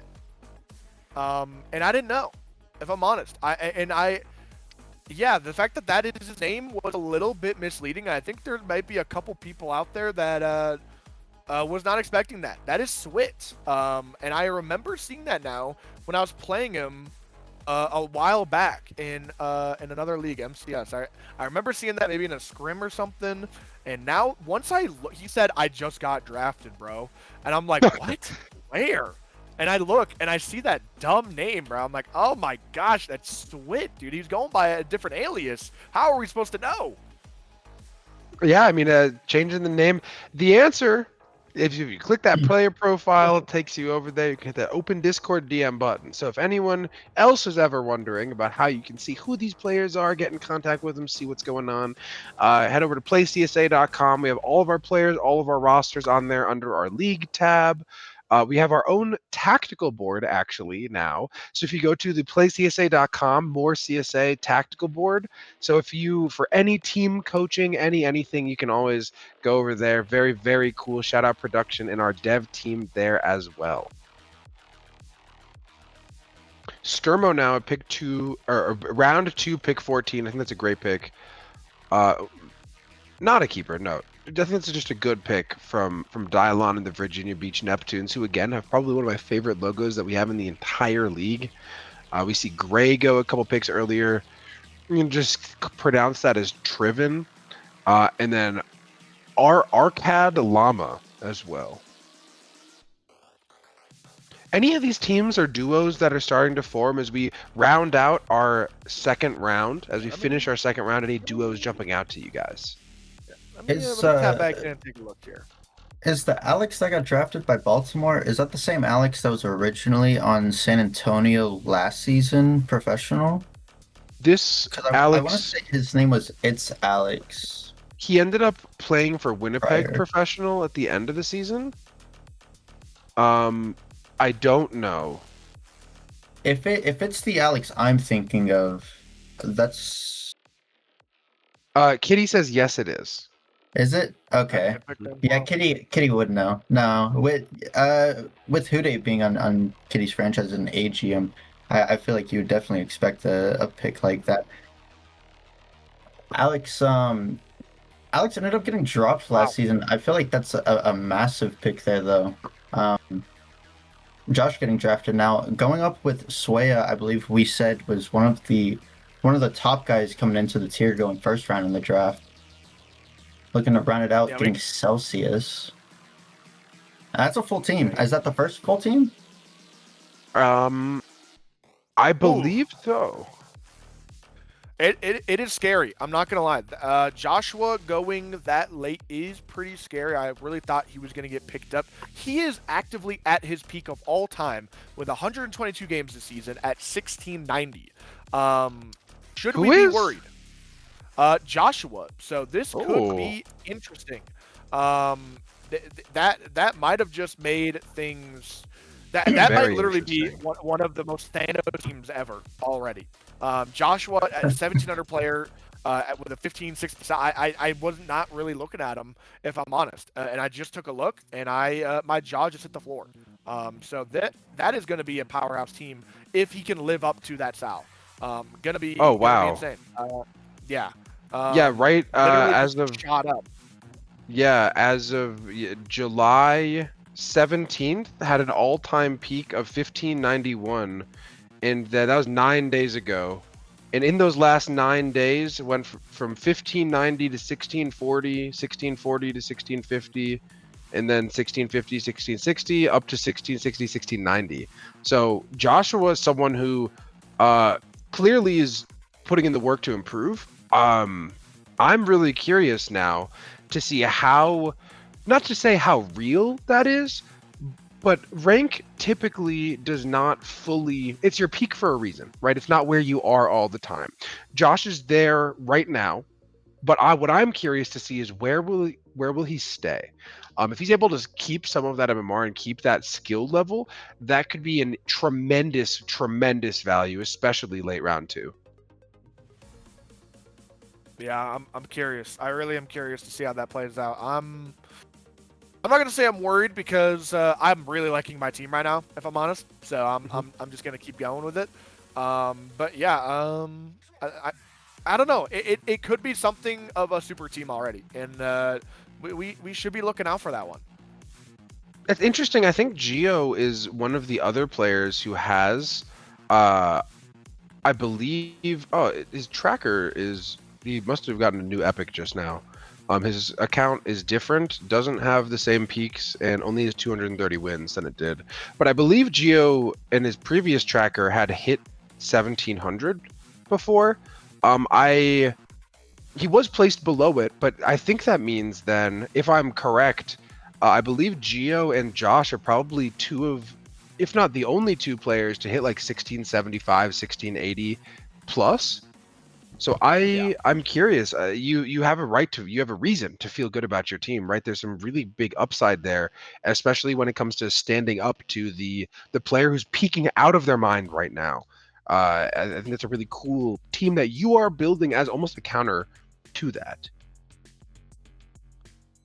Yeah, there's this guy I want as well in the third, I think.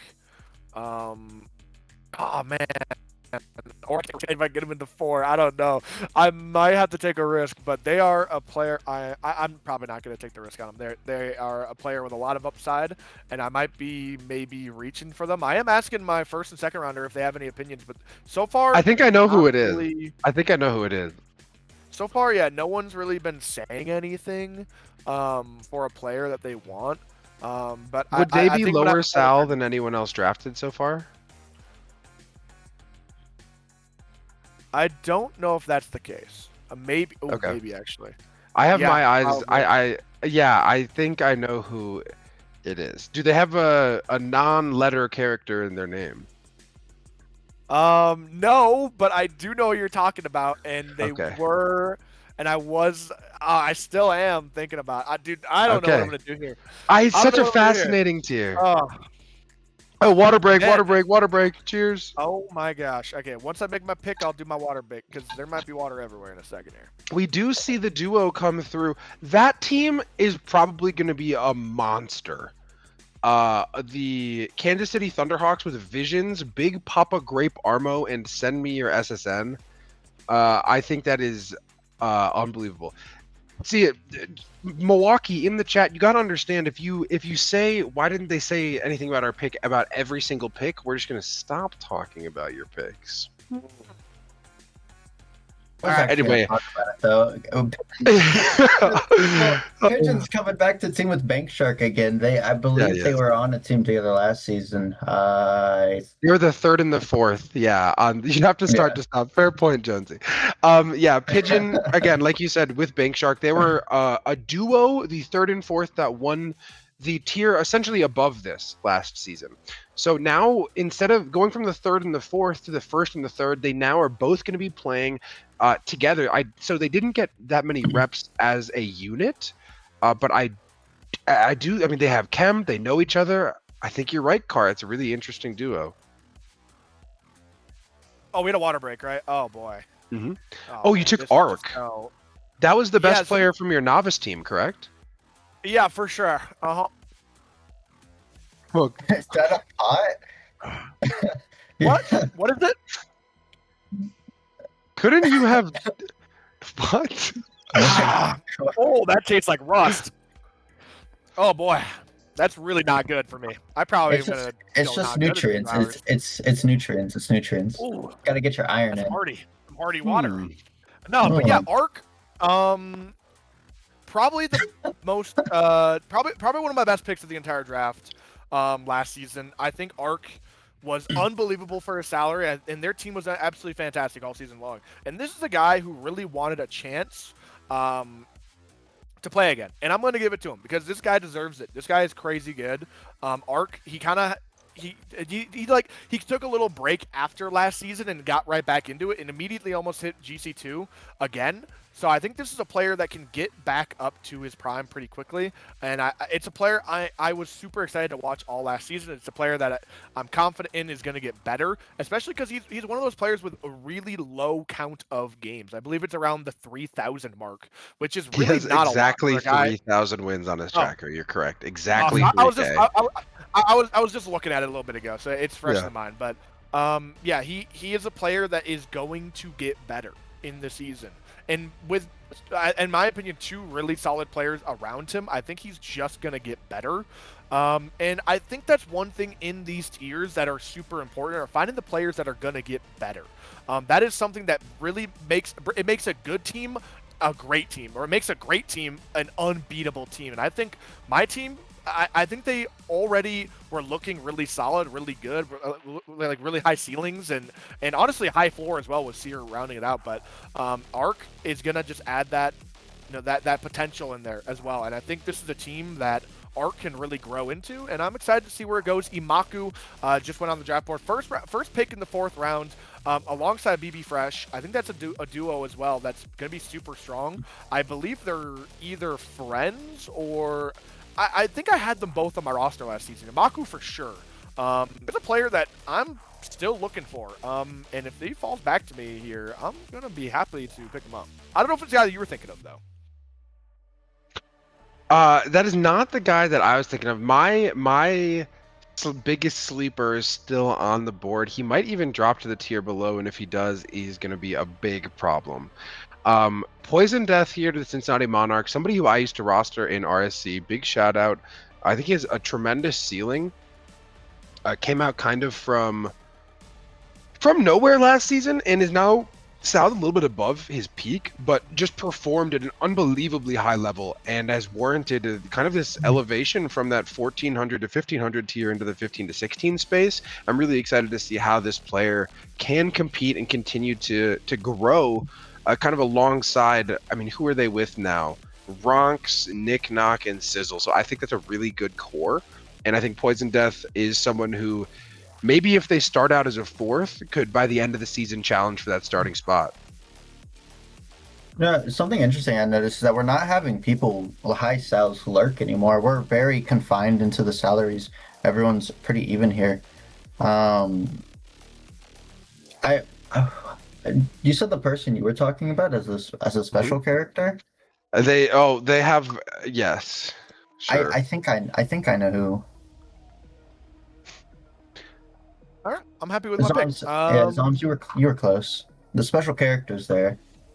That's not the guy. I mean, there's another player I'm looking at further down the board that wasn't entirely confident in. This is the guy that is currently really high. Not only was he the highest player to draft, he's also just actively really high up in twos. And I know I'm kind of a hater in twos at times, but when you're at your peak or near your peak and don't have many games, this is another guy. This guy actually has less than 3,000 games this season.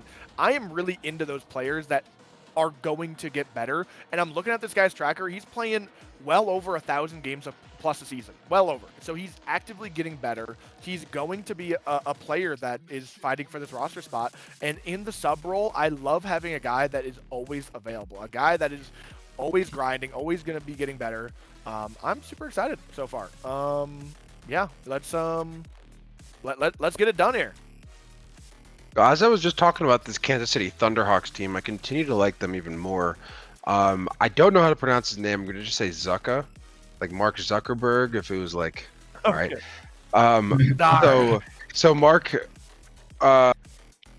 getting to be drafted with his friend Visions, I think both of them are a great duo. I know Grape and Send Me Your SSN are a duo. So regardless of what lineup they throw out with the four of them, they're going to have some sort of really good chemistry. You also have kind of two outs, almost two separate cores for your team to be built around, seeing what works. If a change has to be made, you have two different ways you can go. I think that he's very, very solid for his MMR. I think going round 4 for him makes sense. I think he has a little bit less threes experience and acumen than some of the players around him. But like you said, Zoms, that 2's MMR for Zach, who knows, man.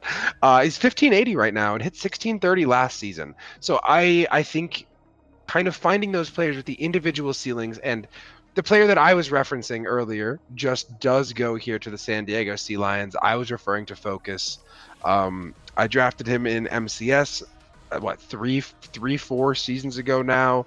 He's a TikToker. He's a freestyler. He's a demon on the ball in a way. Is that the same Focus? Yes, it is. It's the same Focus that AK used to team with. He's back. He is a monster, and mechanically, I think there is little doubt in my mind that he has the highest ceiling of any player in the tier. I thought that Focus went by Foe now, but if that is that Focus, then I am. I'm 95% sure because Focus sold, I believe, is what his epic was, and that's what this epic is. I never really knew, but I know of Focus, and that kid is crazy. If I'm wrong, then I am wrong, and I'm totally open to that. There was another Focus. Okay, he said, Evu said it is the same Focus, and then Focus is in chat saying we're back to Focus now. I can't wait for this season. Oh my, because for a while he went by Foe. And yes, that's he how did. In my brain, he was Foe now. That's the second player in the same draft board that I didn't know. They're changing their name on me. And that's on me for not doing my research. I should have maybe looked into it a little bit more. But yeah, he's gonna be a demon in the 4th round pick. That guy is really good. I did not have my eye on that guy. That is the non-letter character I was referring to. So Car, when you said special character, it was just an exclamation point. So I was like, well, but if I gave any like caveat, I kind of would have gave it away. But yeah, I think Focus is going to be a demon. I think especially as a 4th, you have so much freedom. Kind of, Zoms, how you were talking about Fallen Realms, I believe, last tier that you got in the 4th, where it's such a low risk and such a high reward. If you were to take Focus in the first round of this tier, I wouldn't call you crazy. But getting him in the 4th means that he doesn't have, he's okay that if he's washed a little bit. It's okay if it takes him a second to get back into it, or even if he's just going to be playing almost a 6th man role, kind of lightning in a bottle, microwave, Lou Will, Jordan Clarkson. And I think that he is going to be exceptional. So I really like that San Diego team and what it's coming out to be. Oh, yeah, especially with him. I think if he give him some time, maybe struggle at the start of the season, but him, I think probably hitting mid-season, that's going to be for sure a starting 3 guy. And that's going to be a very scary player to play against. I think I would put him amongst the same realm as Gio, which I've already talked about Gio so much about. And Gio ended up going in round 1. That's a massive pickup coming for Iwu, is it? Yes. We see a GM be kept. Ken Whiffy Jr. has had some great seasons. I think he's going to be phenomenal as a 4th in this tier. Could easily play above as well. We see Trips, Quack, Navy, and NoJ. I'm not too familiar with any of them other than NoJ. Are any of you? Wait, or either NoJ. of you? I know NoJ well. Mhm. Ken Whiffy Jr. though. Hold on now. That's the go. Yeah, I know NoJ well, but the other 3 I'm not too familiar with. But NoJ actually was a guy. Oh my gosh, this must have been almost maybe 2 years ago now that I actually teamed with him in MCS. Me, NoJ, and Jose, evil roster, and I actually had a lot of fun playing with him.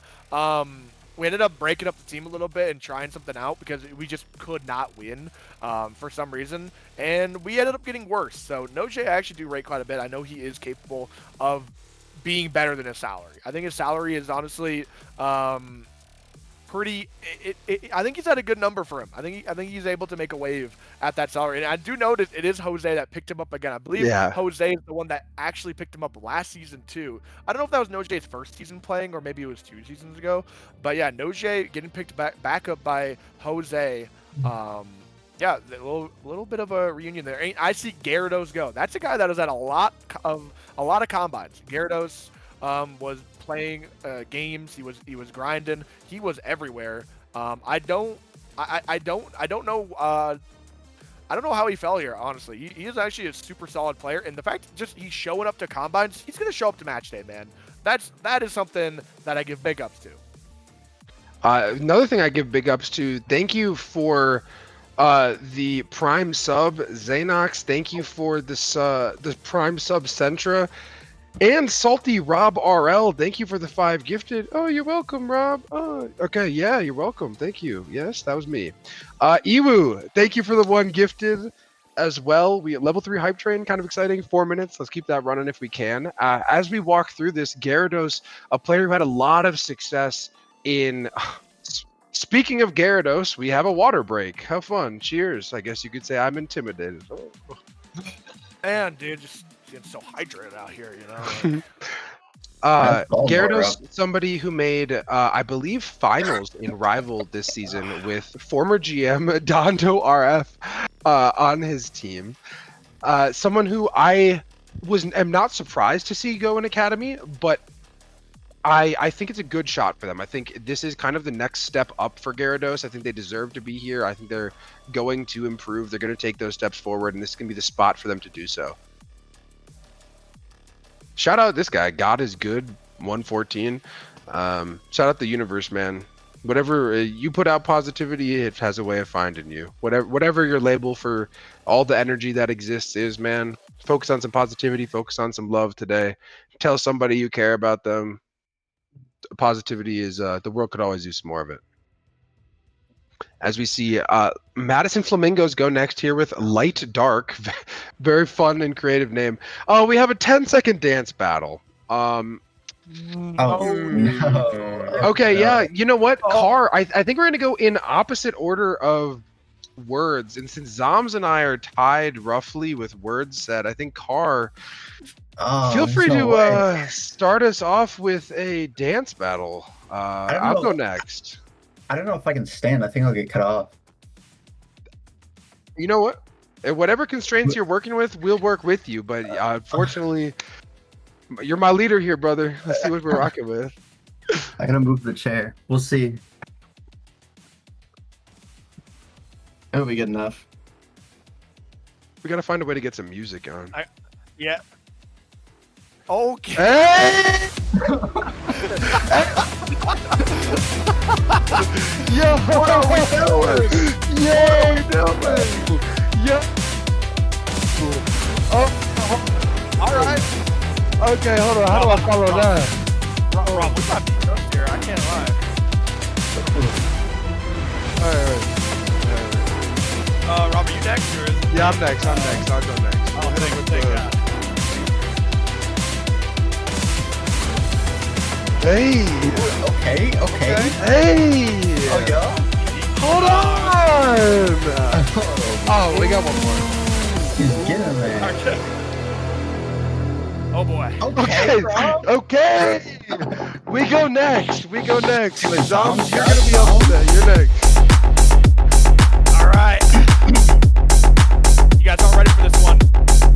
I low-key have 0 space to move here, so we're gonna and I literally have water everywhere. So if I mess up, like my entire setup might be Yeah. Oh, we're gonna be safe.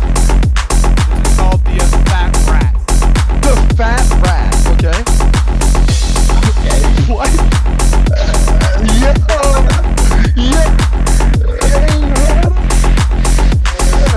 Go white boy, go. Okay. We got 10 seconds.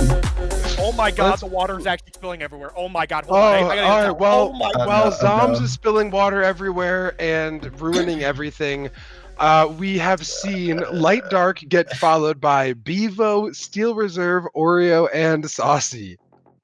I want to say I've heard I- Bevo before. I'm not completely confident, but I want to say Bevo is a my pick God, that I it's would have big. thought would have gone probably around round 3, round 4. A pretty big one. There's a few other people that I see that I feel like could definitely play up here, but I feel like it is a little bit of a reach to grab them as we're coming off to end the tier. I think we have four more picks left. Yeah, I mean Cosmo going here. This is the Cosmo that you actually do know, Zoms. This is the one who was around 15 Sal. Gets picked a little earlier than we maybe expected. Low 1500 gets a chance here, like you said, extremely mechanical ceiling. I mean, we've seen this player hit double reset, musty double taps right at 1500. We've also seen this player drive into their net while being shot on in playoffs to like lose. So the ceiling is so high, but the floor is a little low. If Cosmo can earn himself a spot in this tier, I think he'd improve tremendously just from being around this. All right. Got to go with the tried and true. We're taking Magic De, a player that we saw have a lot of success last season, I believe, on Jose's franchise, the St. Louis Archers, if I am remembering correctly. Yep, I can actually just click on their name and see it right there, of course. Super solid player all around. And yeah, I believe they were on a playoffs team. I don't entirely remember, but they were definitely an impact player, and I just remember the name. And if it's a name I remember, it's probably because they were a very solid player. So I'm going to take a little bit of a risk here on Magic De, and hopefully get my values worth. It's hard to go wrong with drafting a Magic De at any point, right? Like in theory, True. it's a very helpful tool to have for whatever endeavor you may be pursuing. Yeah. Thank you, Socks, for the Prime sub as well, keeping the train going a little bit here. And we have 2 picks left, fellas. Any of these teams jump out as like extreme favorites right now? You know, I have to say, with him being here, Zoms, I really do like the Denver Shred side of this. Magix is actually one of those players I was just talking about. You know, GMs kind of have to reach for him. Magix last season played, and I want to say Novice. And I remember asking him, Magix, what on earth could you possibly be doing down here? Magix is just one of those players who can definitely keep up at a higher speed. And going off the rest of that, Geo is your first pick. I'm gonna keep it real. You had Seer second, I believe. I mean, Geo, Seer, Magix. And just those three alone, I mean, this team looks so rounded out so well. Round? Are you calling I- them fat, bro? What? I'm kidding. What the we're hell? talking- wait, What the- what the- whoa. That team is so round, bro. What the? I didn't know That- Bryant. I didn't know Junior- Bryant was in academy. Okay. Nah, at Junior least so Gio. At robust. least Gio. No, but definitely the team to watch in my opinion. Cool. And Zoms, if you had to pick one that wasn't your own, how are we feeling?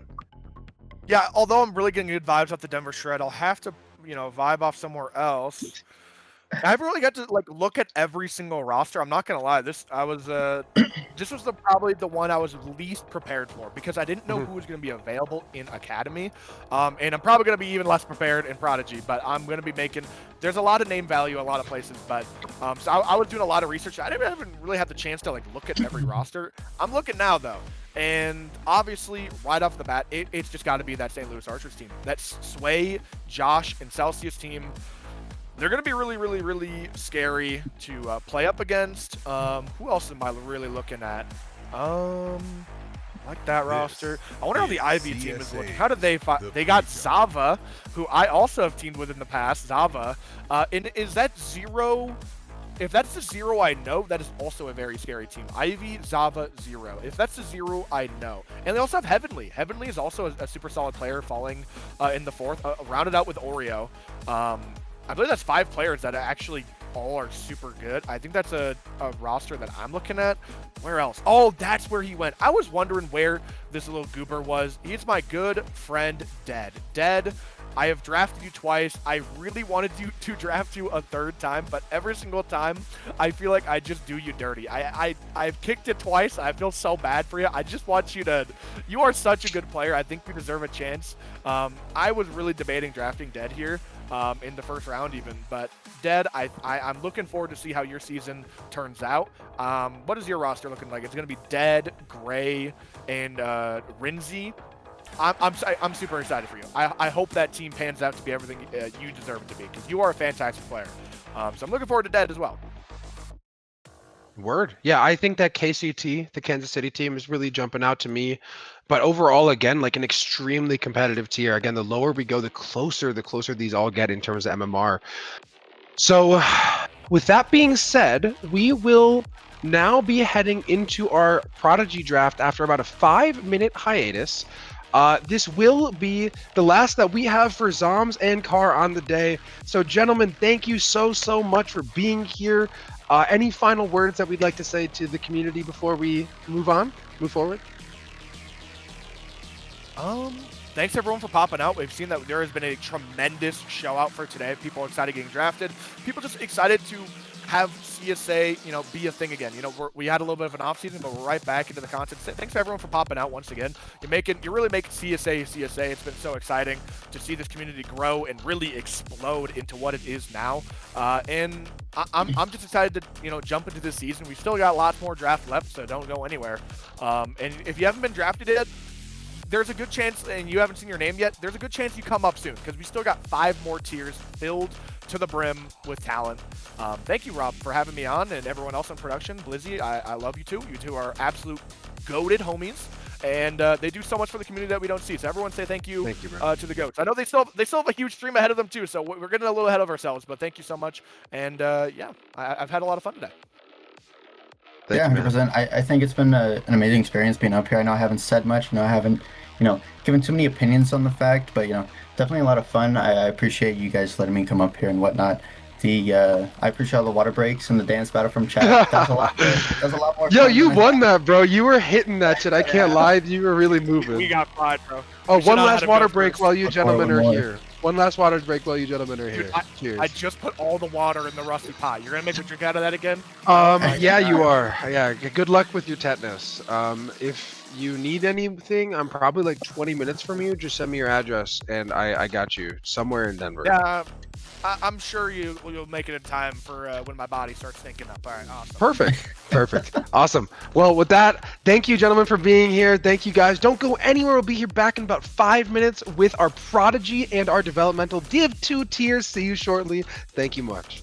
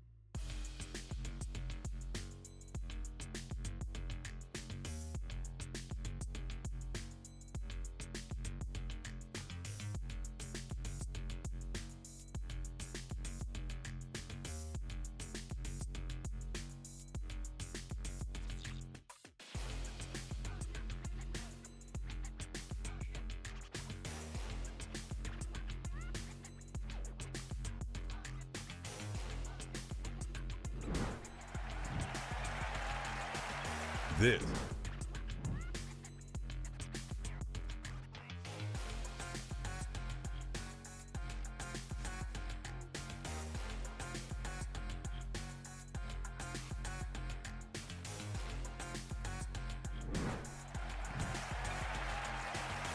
This is CSA's The Pre-Jump.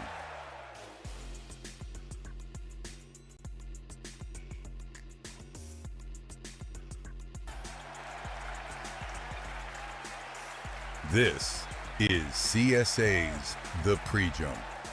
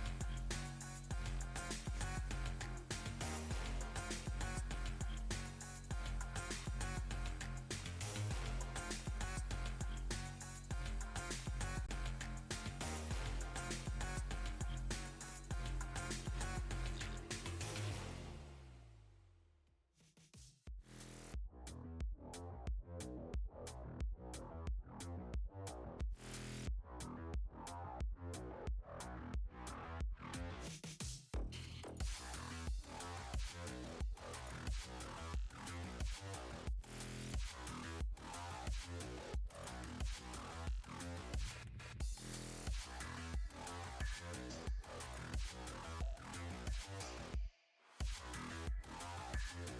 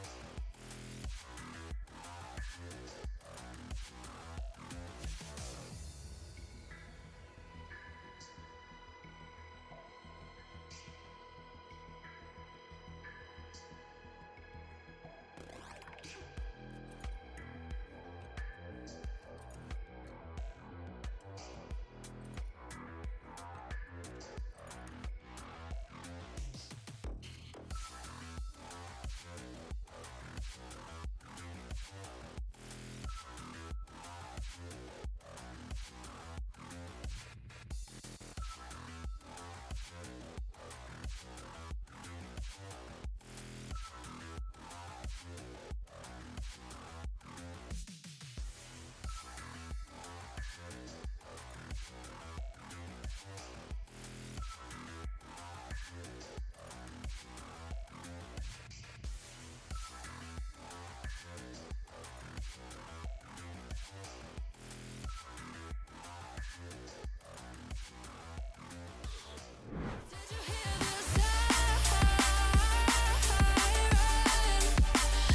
you hear? Welcome back to the intermission. See you guys in a second. Ah ha ha ha.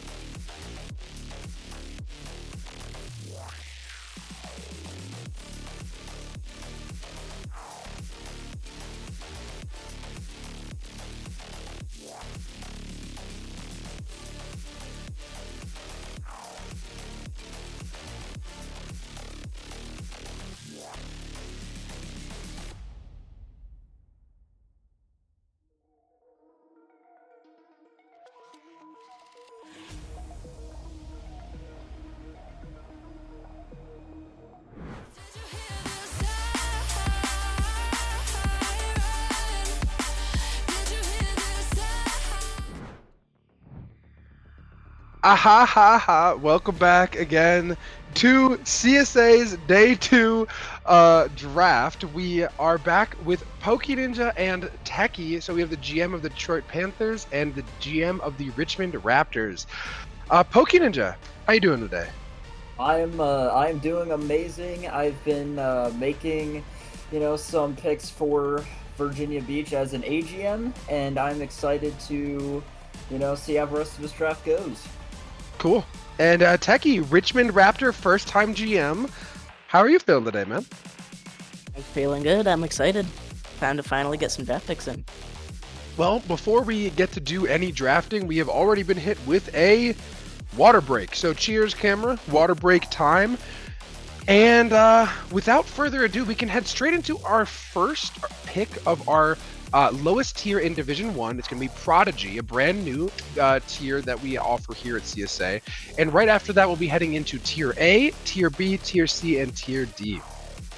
So Prodigy, number 1 overall. Kept is going to be Yerbo. With the Honolulu Havoc, classic player, big Trico profile picture. Everybody knows him, everybody likes him, been around for quite some time across various leagues. And Poke, are you picking for Virginia Beach today in Prodigy as well? Yes, I'm picking for Virginia Beach and Prodigy, and I'm very, very excited. I'm hoping there are some players in mind that I really want to have on this team, so I'm excited to draft for them. Cool. And so we have you drafting in this tier for Virginia Beach, where Nitro is being kept in the 4th. And then we have both you and Techie drafting in the next couple tiers as well. So for our Div 2 GM, so this is really exciting. Both first-time GMs. I'm really interested in kind of picking your brain, talking about thought process. So while we give just a second, Techie, coming into this, you're about to be drafting after this tier, your very first tier as a management, well, not as management, as you're an AGM last season, but as your own franchise ever. Walk us through the thoughts, the feelings. How did you prepare for this? Well, a lot of scouting. Number 1. Also, just looking for good players and seeing how they rotate. I personally prefer smart as opposed to mechanical, but obviously there's a fine balance to be found. And just talking with people, getting to know people, seeing how they play, how they are. And so you say a lot of scouting, right? Is that what does that look like for you? Is that hosting a combine? Is that watching ball chasing replays? Is that playing with them or getting to know them? What steps do you take as management to kind of get to know these players and do that scouting that you speak about? It's quite a bit of all of the above, mostly watching people playing combines. And from there you get a list of standout players, and then I hosted some tryouts to get the best of the best. Cool. And I mean, I think a lot of the players, especially the newer ones, are always wondering how you get active. Like, how do you get noticed? And so you letting us into how your mind operates with it will kind of give people a little bit of an insight. And so as we were talking, we see Lil Cats go at number 2, Sedge on GameCube, by the way, at number 3, and I Superior Alpha at number 4. Immediately jumping out to me, Sedge is a player who I personally expected to be drafted the tier above.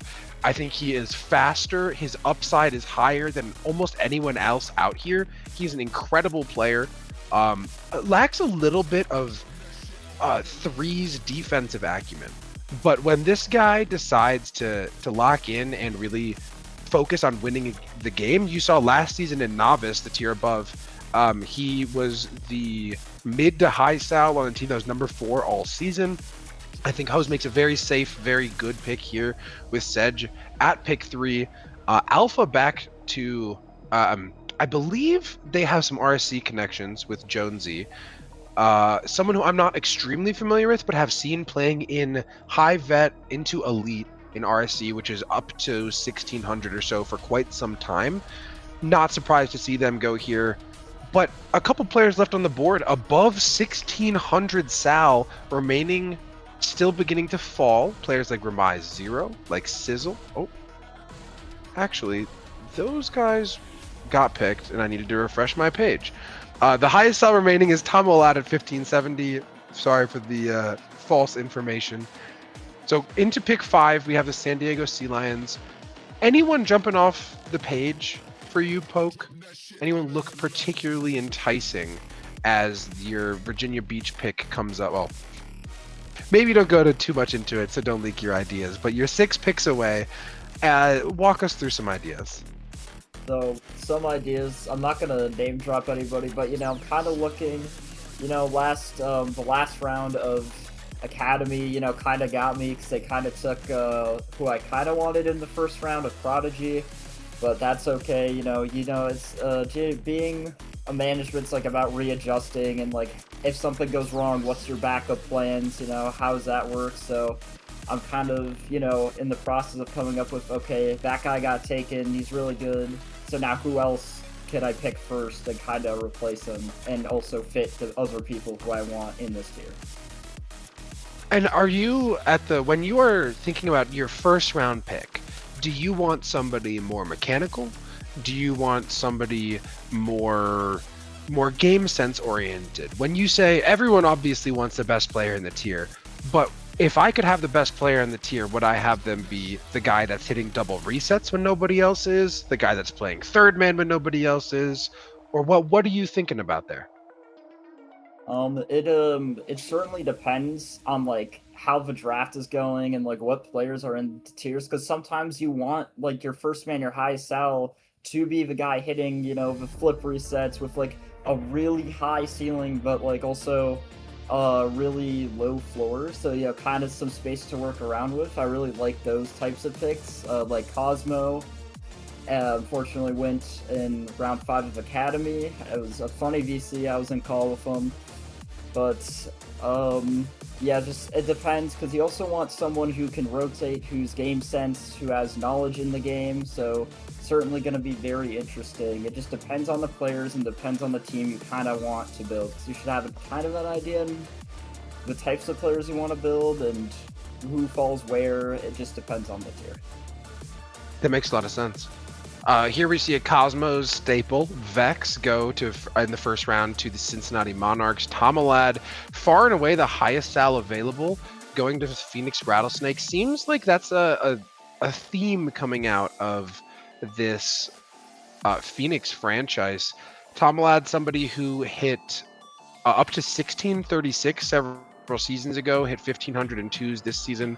Very, very high sal for being left in the draft. And we see another very high sal go in Ghost to the Madison Flamingos. Techie, do you have any thoughts on anyone in maybe not at the very top of this round that's left, but as you scroll through this 1470 to 1550 range, are there any names that really jump out to you? Barbecue is actually one of them. Great guy. Had him on my pro team last season. He's just a chill guy, knows how to make people laugh. Definitely pretty good at the game. He's just a great guy to be around. I'm excited to see where he gets drafted, who he gets drafted to, and definitely going to be watching him this season, seeing if he goes far. And as we see Yoshi, we see your guy, Borb, get picked right here by Poke, actually. That's crazy. I was going to say by Dylon, but Poke taking Techie's recommendation live on stream. I guess you can now respond. Poke, walk us through it.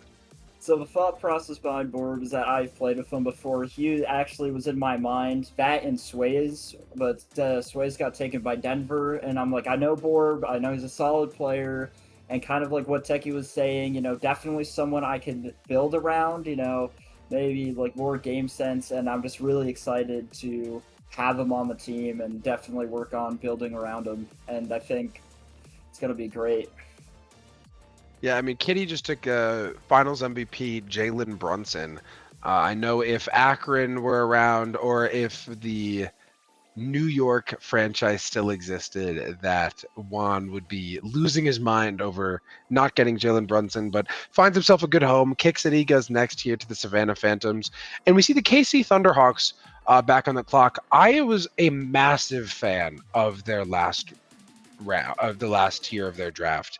I'm not super familiar with Server, but I am now inclined to feel very good about the way that Stick is going to be moving forward, particularly in these lower tiers. I think he started off extremely hot, and I don't know Server super well, but I'm excited and I'm sure that I will by the end of the season. Here, Centra follows to the Anchorage Aurora, another very solid player. Back-to-back picks, and we see Boss Radala, guy I give a shout out to just a little bit earlier. He, a main host for the Pre-Jump podcast, casted the WCSA LAN, big part of our community. A big round of applause, big thank you to him always. And going in round 2, probably earlier than he expected, he'll be the first one to say, "Oh, I'm not worth that." But he underrates himself. I think he could more than perform here. I'm excited that he's going to have to be a starter now, and there's no way around it. He can't avoid it this time. Let's go kick some butt. Yeah, I'm really happy to see Boss get drafted. I was talking about him. I was talking to him a little bit before, kind of getting his thoughts on, maybe going in the first round, and he was like, "No, don't do that. No, no." He was just like downplaying himself. I think he's a great player. Definitely deserves like more credit than he gives himself, and it's going to be interesting to see Anchorage's team kind of get built here. And last thing that we're going to say about it for now, speaking of Boss Radala and the Pre-Jump podcast, if we could have production cue up the leak. This is CSA's The Pre-Jump.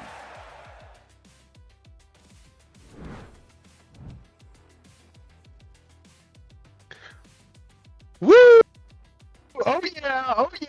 That shit was so tough, and you know it. Let's go. Shout out Boss and a lot that we got going on. A lot of things moving behind closed doors. A lot of really cool stuff. So you don't want to miss it. Make sure you catch the pre-jump on some Saturdays. That hasn't been decided the exact frequency of it yet. So when we do, keep an eye out for the announcement, and we will let you know. Phoenix Plasma here going next. Poke Tech, have you guys seen that before? What do we think of the little animation? Me personally, I think I've seen it before, but I still think it's an amazing animation. I'm really excited to see it on the Pre-Jump podcast and to kind of get it in this like thing of everything. And I think I'm very excited. It's a very exciting animation, and I'm really excited for the future of the podcast and of this league in general. Sure. Wonderful. Moving forward, the Phoenix Rattlesnakes take Eclipse RL here. Again, a player I'm not intimately familiar with. A lot of this 1400 to 1550 range really blends together for me. I think this to me is where passion really separates players. Everyone here has, as I like to say, completed the tutorial of Rocket League. Everybody knows how to hit an aerial. Everybody knows how to half flip. Everybody gets the idea of how to speed flip. Everybody knows what the idea of back post rotation is. They get the things that are going on, and they understand what they're supposed to be doing. But the question is, can they execute? And if so, at what level? I think this is the tier, to me, more than any, where drafting people who you know are passionate and drafting people who you know will want to improve and work together can create that conducive winning unit. As we see, we have Fluffy and then Fluffy Turtles and Pyre of Frost go. Drafted to his home city.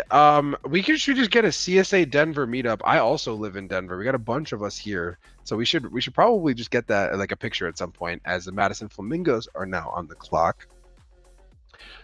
And so, Poke, when you're thinking about this tier, specifically as we get to our round 5, and again, so you are in the AGM, you're helping out with the Virginia Beach Neptunes, but you also run your own franchise in Division 2.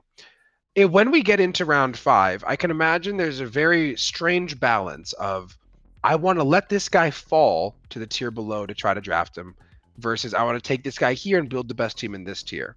And that exists between all spaces between all tiers. Talk me through that thought process. Does it matter what pick you have?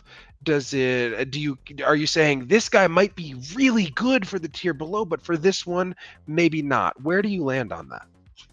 Yeah, it's hard. I just have to like make a decision on like what the player, kind of feel around like what the player might want, what the management might want, especially for me. I do know that there's some round 5 players, even round 4, that I might want to take first in A, but are going to get sniped from me earlier on. So I am very excited to make those picks. And it just depends. Like, I have kind of been thinking about the balance on, like, okay, who should be 5th round, or who do I think should fall to the A first round, because I have a solid pick in the first round of A, and I have already an idea of who I want, but we'll see. Speaking of an idea who you want, funny enough, Ewu here picks Demo, pick 12 of round 2, 4 picks before he can be drafted by the franchise he was GM for earlier on. Although I think it's a good pick. Demo's a great player. Picked right before him, we have Omni Murders, Chillin, and Big John. Omni Murder is someone with a lot of experience. Won a professional major with Kodoku, I believe, in season 2. Big John making his presence much more known throughout the Rocket League community, very involved in a lot of leagues. And Chillin, I believe, is Grand Plat's brother. I could be wrong here, but Grand Plat in our expert or advanced division, I believe Chillin is his younger brother. So I just had a great season in vet, and we see Catless, Harry Kane, Watts, and Newt go right after. I mean, I'll let you speak a little bit on Newt, Poke. What are your thoughts on that pick going here in round 2?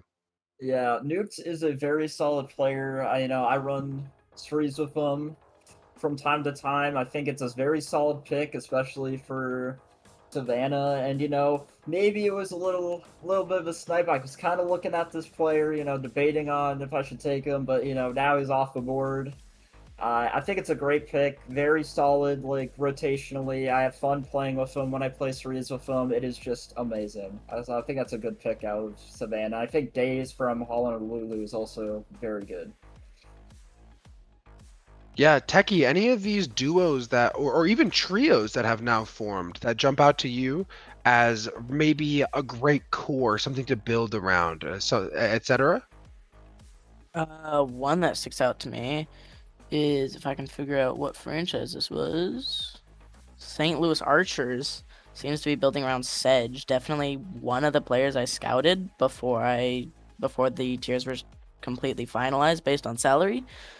But definitely going to be a team to watch out for. Sedge, a very smart and honestly very consistent player. Definitely going to be a team to be careful when you're playing.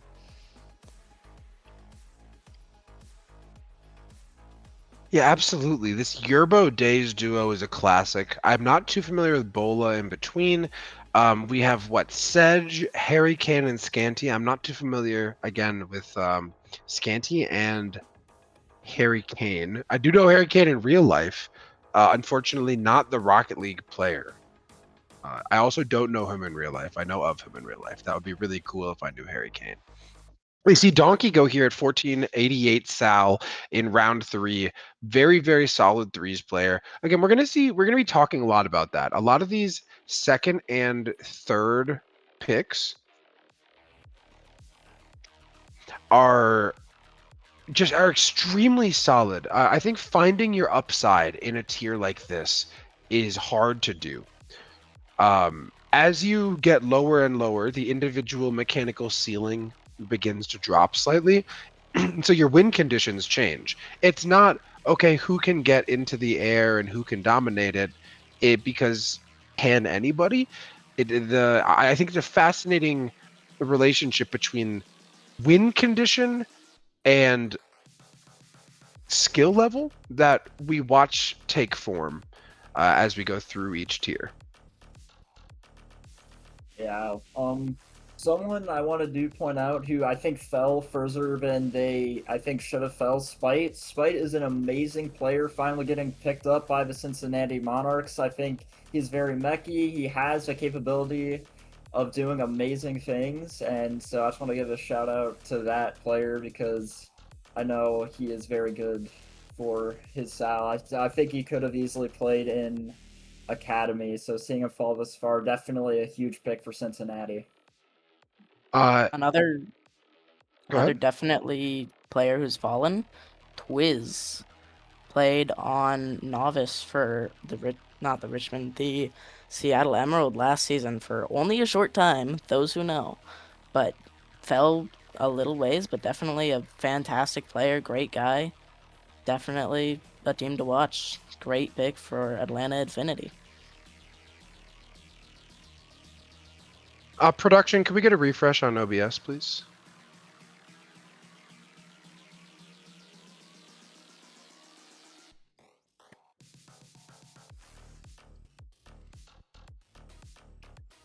Perfect. And as this comes through, we should have the stream caught up. Thank you for bearing with us on that.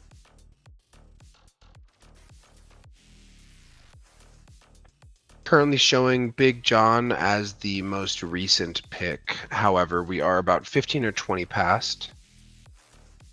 Yes, Rob Sub indeed. Cool. So we have a couple really solid teams forming. We see Dorfin go here. Poke, you were drafting, right? Yes. Okay. So someone you were on a team with, walk us through that Dorfin pick. Yeah, so, I'm debating. I think Dorfin is amazing, solid player, definitely has so much potential to grow as a player. And, I saw it. I teamed with him, in RSC on the Challenge team. I think he's an amazing player, and I think definitely there's so much room for him to grow and to keep getting better at this game. And I'm just very excited to see him mesh with Fluffy and Borb. Yeah, I think he's going to be really good. I personally have not seen him play in any division. Like, I don't want to say close to this, but I think this is certainly a step forward for Dorf. I think he could be good enough for sure. But I think it's going to be, I don't want to say there's growing pains, but there's some growth to be had. He definitely has the individual mechanical skill without a doubt. He definitely has a threes acumen without a doubt. But we talk a lot about it. Some players graduate into different divisions after having good seasons. And even if his good season was in RSC, he has now graduated into this Prodigy division, Prodigy tier because of that. And I think he'll want it. I think he'll put the work in. But it's always interesting to project that growth. Baltimore now keeps Great Honda, so they have Jalen Brunson, Phoenix Plasma, and Great Honda. I'm not too familiar with the other two. Honda was a part of an undefeated team in this tier last season. At 1485 is about your average third round Sal. But this time he's not going to be with a Nate, right? He's not going to be with a 1600, and we're going to see if that works. As another one of your former teammates here goes, Poke, talk to us about Quaza. Quaza is an amazing player, I was kind of hoping he'd fall to that fourth round. I know it's highly, unlikely, but I was kind of torn between Dorfin and Quaza, and eventually I had to flip like a coin, and I just went with Dorfin. But Quaza, a very solid player, has a lot of mechs, certainly. A very mechy player, but also, has some of that game sense, and I think he'll definitely do well on the team he is on.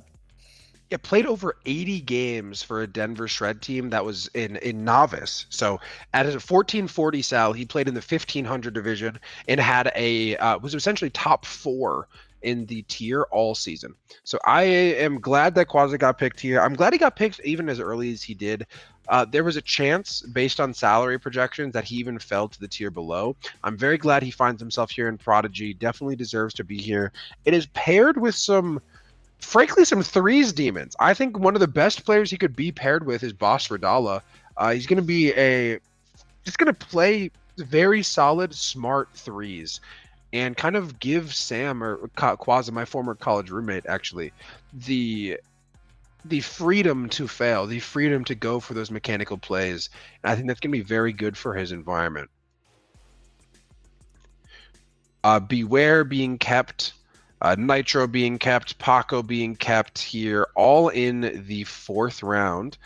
Cowtooth goes to the Kansas City Thunderhawks, rounding out their top 4. What is that team looking like? Well, you look at that. I want to mention that I actually was looking to draft Beware in A tier, but he gets drafted all the way up in Prodigy by Kitty Meow Meow. Definitely knows what he's doing there because he's a good player. I was trying him out, doing combines with him. He was looking very solid. Somewhat sad to see him go so early, but hey, Kitty, good luck, man. I believe it's his AGM from last season as well. And that KCT team that I'm looking at has Orange, Jinx Dash Me, Server, and Cowtooth. Quietly, it's a very, very well-rounded team. I also feel that way about the Cincinnati Monarchs and Lemonhead's roster. I think Vex, Big John, and Spite are 3 players who are all funny. They're all good young men who are just interested in getting better at the game. They're cool dudes. It's hard to get a group of cool dudes, especially in just like a random draft league online. You don't get to know everybody, but this through several different circles, Vex through MCS, Big John and MCS, Spite through RSC, Lemonhead, connecting the dots across the leagues. I'm not too familiar with Chet Void, but Spite, Vex, and Big John creating a really, really good core.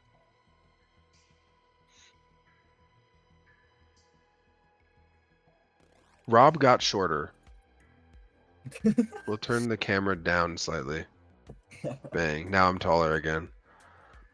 Yeah, I really like especially with Spite and Big John duo. Those 2 are going to have a blast, I think, being on the same team together. And I think Fibes alone, they can, really make a huge impact on this tier. And I think pairing them together is an amazing choice. So it's going to be interesting to see what happens there.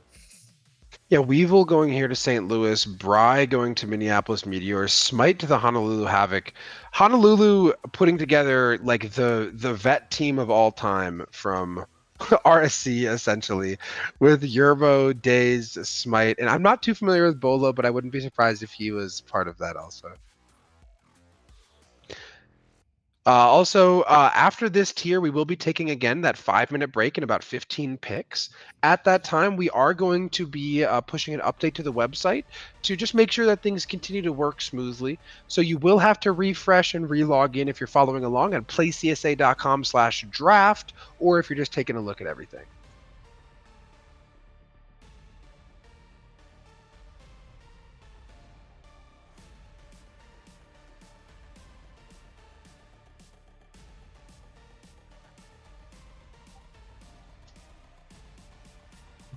Moving down, we have Depth here going at round 5. Depth, another player from Academy last season that definitely deserves to be picked. Poke looking absolutely gut-wrenched that Depth goes here to the St. Louis Archers. A little ball knowledge pick here out of Jose. The Poke, walk us through that reaction. I was either gonna pick him round 5 for Virginia Beach or round 1 for Detroit. That was like the guy I really like and I really wanted. So W pick from Jose, definitely a ball knower. Depth can definitely play at this level. Kind of playing slightly up from A tier. So I'm really excited to see what goes on and how. As this is like a huge pick, I know this guy is probably on a lot of A tier first rounds for many people, and there goes Risk. That war. Wow, big pick. Massive pick. Walk us through the reaction. We can't just drop our jaw and not react. Yeah, What do we got going I on know. here, Poke?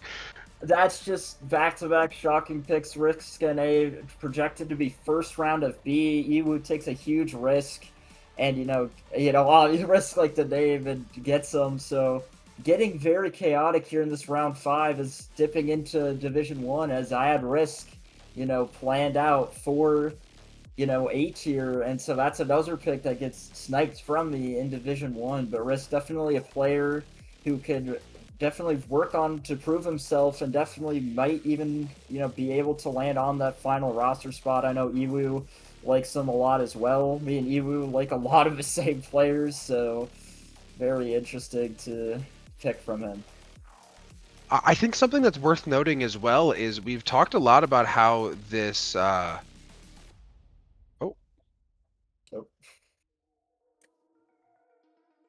what's that? All right. We've talked a lot about how some of the players who are higher sal being left on the board are just people who we don't know. So we see Cures, we see Hub, we see 0B7, we see Bubba, Cody, and Naze, right? A bunch of people at 1495 to 1520 still being left on the board. 1520 with just 7 picks left in this tier. And just like that, we might see 1500s falling even below our Prodigy tier. Yeah, that's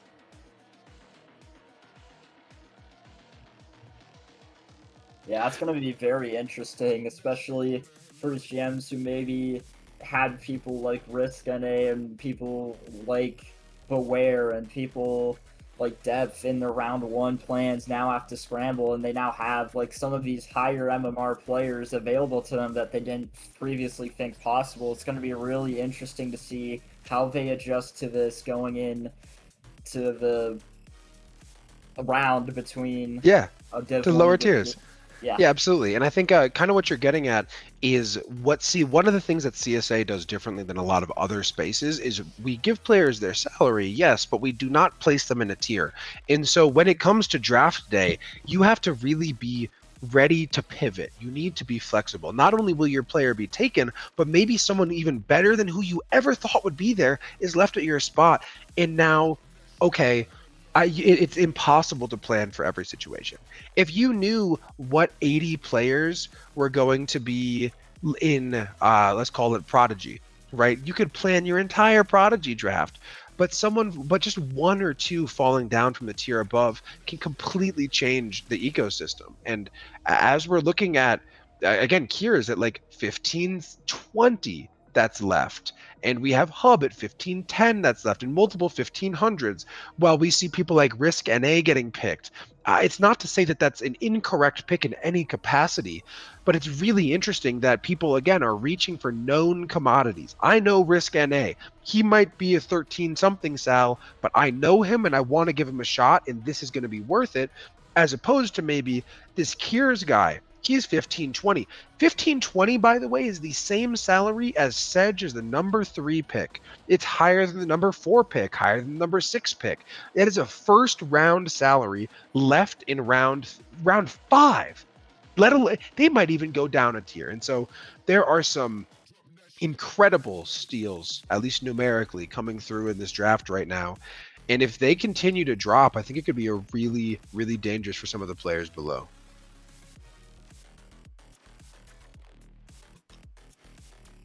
Yeah, it's just gonna be dangerous. A tier, especially, is going to be an amazing, intense, like chaotic tier to draft. And as we finish out this Prodigy with round 5, it's just gonna be exciting and honestly scary for me and many other GMs in Div 2 to kind of make these adjustments and go, okay, now we have possibly 1500s that we can draft, when previously we thought the highest we could probably go was 1450. It's just insane skill lift. So extremely excited to kind of work with that here as the day goes on.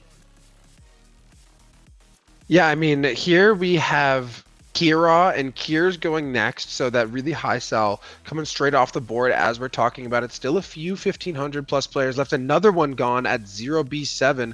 Only 2 1500 plus players remaining. There's only 4 people above 1470 at this point, and it's a 1495, 1495, 1500, 1510. As we get into 1, 2, 3, 4, 5, only 6 picks remaining. if 2 or 3 of them dip below that 1475 mark, we will be seeing a 1500 Sal player in our A tier. Celisy now to Virginia Beach. That's you, right? Picking Celisy at that spot, correct? Yeah. I think it's a fair pick. It makes a lot of sense. Good player. Walk us through what makes you take Cell over someone like Hub or Bubba 50, 60 Cell higher. It's just I know that player. I know like what they're capable of. I know they're capable of definitely playing in this tier. And I've just seen them around more, get more active, so I know they're gonna be like an active player in this league, and they're definitely someone that I think can have a very good shot at playing in Prodigy in Division 1. So I wanna give them a chance to play in the tier and fight for a spot on a roster. I'm very excited. And the 2 picks after that, we see 2 of our 1500 Sals go. That means we have 2 1495s left. As Cell with 10 gifted subs, Celisy, thank you for that in general. Obviously, for being here and being a part of it, being a part of the Cosmos, being a part of that rival team from this season. I'm thankful to have you around for many reasons, significantly more than the gifted subs. But that's a good enough reason to let the stream know that I really do appreciate you. And as we see Fome and Fools going right after, there's only 1 pick remaining for the Anchorage Aurora. There will be a 1495 Sal player, somebody at least 25 above everyone else. Both of them, in fact, falling down to A tier. As we are running a little bit tight on time, I'm going to give you both the floor for about 30 seconds. Poke, give me one team, one duo, one trio that jumps out to you. Some group of players. Before that, Billion Ninja, thank you for the Prime sub. One group of players that jumps out to you here as a really threatening team. Yeah, so I have to pick between 2, but I'm gonna go with Honolulu. You know, I'm not gonna pick my own team that I drafted for, obviously. I think Days and Yerbo, that duo is just an insane duo. They can, like, their peak, their ceiling is so high. I've known Yerbo, you know, from RSC for years. I've known Days for years. I think those two together can combine with a solid Surd. They can combine like really, really well. So I am excited to see them wreak havoc on this tier, which I think they will, and I think it's going to be very tough competition. Perfect. Team And Techie? The team I'm really looking forward to and definitely think is going to be crazy is St. Louis Archers with Sedge. He has a really high ceiling, I know. If you give him the right teammates, he can go absolutely crazy in a lobby and just score goal after goal. And I'm definitely excited to see how that goes. Yeah, jumping out to me, always the Baltimore Black Cats, having Honda and Panda as your 3rd and 4th. You know that it sets your team up for success. It's easier to find a high Sal 1st and 2nd, to find players who can do their job as long as you have those good values. So wonderful. We will be back in 3 to 5 minutes here with Tier A action. That wraps up our Division 1 and our Prodigy. We'll be getting into a bunch of new franchises that you guys have not seen yet. So Division 2, Tier A coming right up in just a few minutes. Don't go anywhere.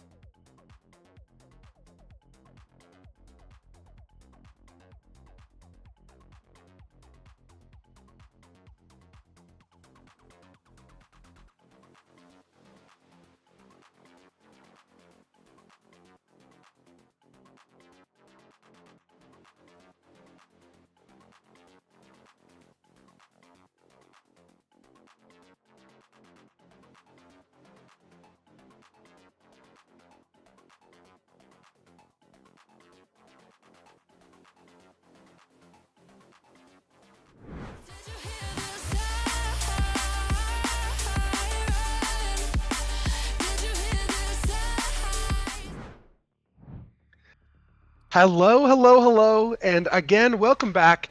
From our little break, we are now into Division 2 of a CSA Draft Day 2. So super excited to be here. Division 2 is where a lot of it is exactly what it sounds like, where our GMs who are getting their start as management start. It's where our players, before they move up into Division 1, into the truly extremely competitive space, this is where you are.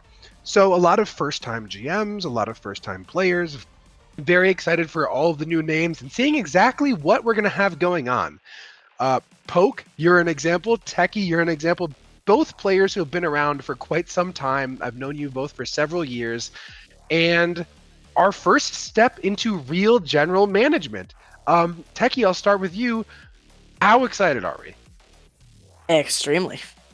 I am extremely excited. I was AGM last season and definitely enjoyed just being around that, getting to decide teams, getting to communicate with players and figure stuff out. It's just really exciting to me.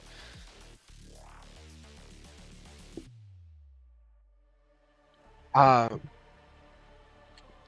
So we will be live in just a couple minutes with the draft here. Poke, let's go to you now. I know you've been around the Cosmos forever. You were actually on the team that won me my very first championship ever in management in what, 2021? 2022? 2023. 2023, okay. Yeah. So first draft league management. And how surreal is it to, from that moment when you were what, Diamond 2, to now you're here, you're C3, you have your own franchise, you're in CSA, you're on the mainstream. Let's talk about it, man. How are you feeling? I am extremely excited to be here. Extremely excited that I now try my hand at management. It's always looked fun to me, that along with casting and all the other stuff. And it's just surreal to me to be in this situation. And I definitely, for a long time, thought it was something I could definitely enjoy. And throughout picking for Dylan and Virginia Beach, I think it's just been an amazing time drafting players and figuring stuff out as an AGM. And now I'm doing that as a GM right now, and I have two very good AGMs backing me up, Quaza and Cosmo, both my goats. Just insane amounts of work have came up to this moment. I'm very excited to see how this goes.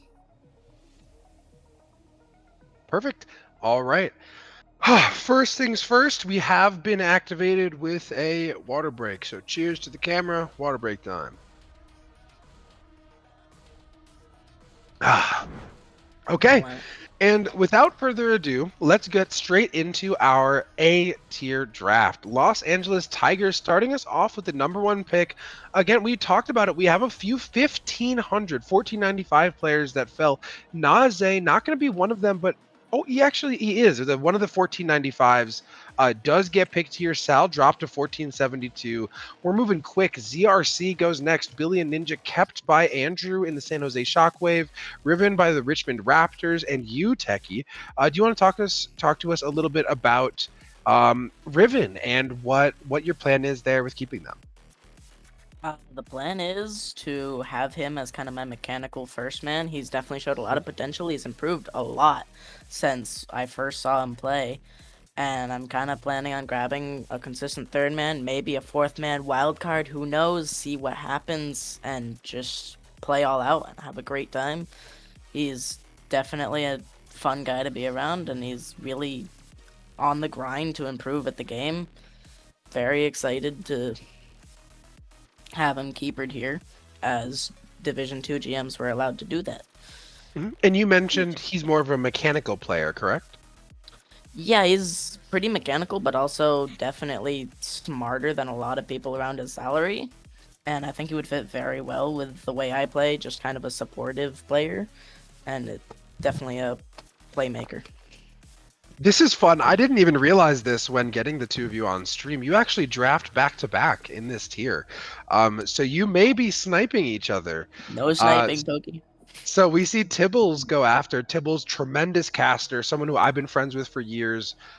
He actually the lead media for Rematch Esports now.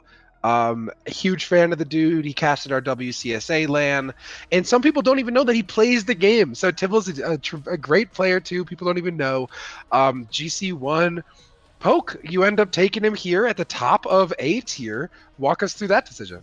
Yeah, I know Tibbles. I know he's a former collegiate, player, mostly caster on the side of things, but I know he has an insane brain for this game. I've casted with him before, and I think that being someone to build a team around is very good, to have all those qualities of having knowledge of the game and just having a more analytical mind to kind of like build around. So I'm very excited to. Yeah, also has tons of high-level connections. Being a former caster for Northwood, has active connections with a bunch of legitimate pro Rocket League players. So a very good guy if you're looking for coaching too. So I think that's a great pick. But as we're here, a lot of these players we recognize that we see, VIEIO.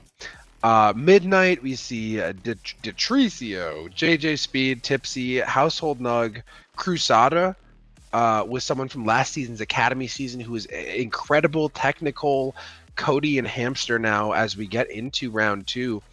A lot of new GMs here, so I'm gonna walk us through that while some of these picks come through. Los Angeles Tigers by, I believe it's Gloomy, maybe not. It's GLXMI. Springfield Cyclones and Spalty, Andrew and the San Jose Shockwave, Techie and the Richmond Raptors, Poke and the Detroit Panthers,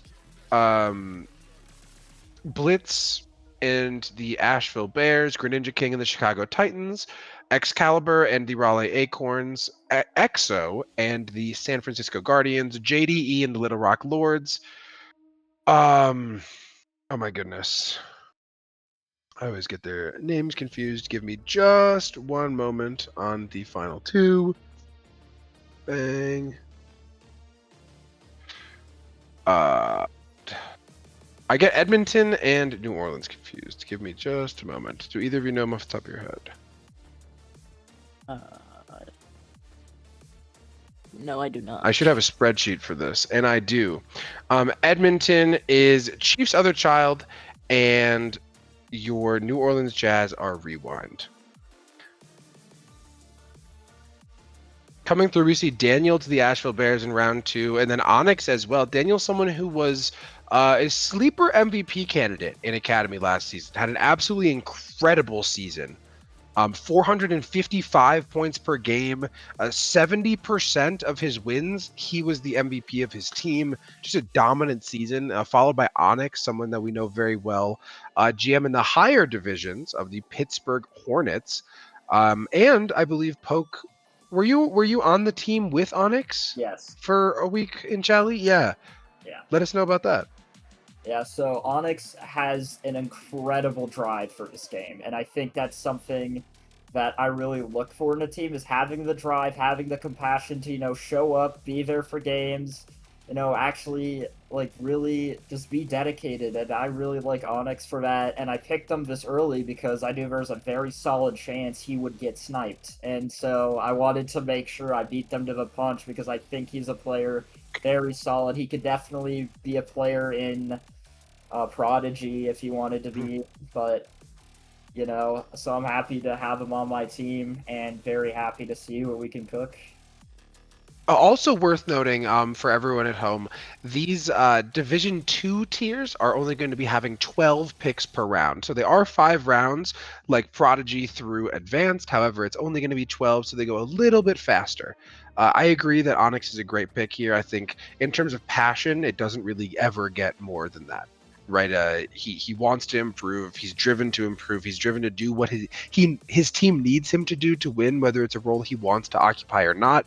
I believe he coaches I think he coaches a basketball team. It could be a soccer team, but he's involved in real sports. Gets involved in a lot of other ways. And we see Onyx's CRL teammate Ansi go here, just a few picks after. I'm sure Onyx would have loved to have Ansi, but taken by the LA Tigers, and now we see Spalty and the Springfield Cyclones coming up next.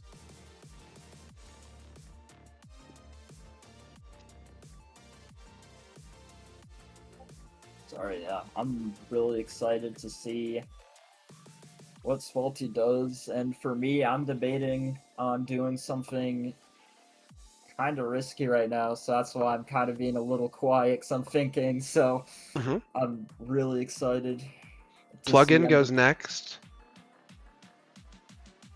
Interesting.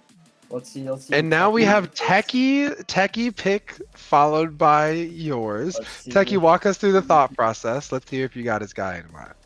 The thought process is I'm either gonna grab someone just because of his amazing name, or I might go for an early snipe on one of my later picks, just to make sure I beat them to the punch, as Pokey said earlier.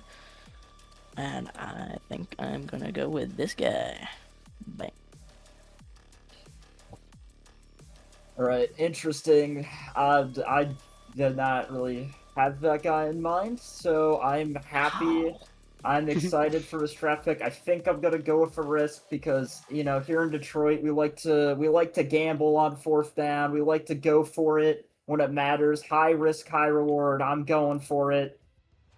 Give me this guy. Okay. Walk me through. Well, first, Aiden I think is a really interesting pick. I believe he was on a team with Demo and Short season or two ago. I think that was a very kind of ball knower pick. I don't remember if he played. He did play last season, just only 22 games. But I think he was very good early on on that Demo and Short team. Walk me through why you think that this was such a risky pick to take 0 here.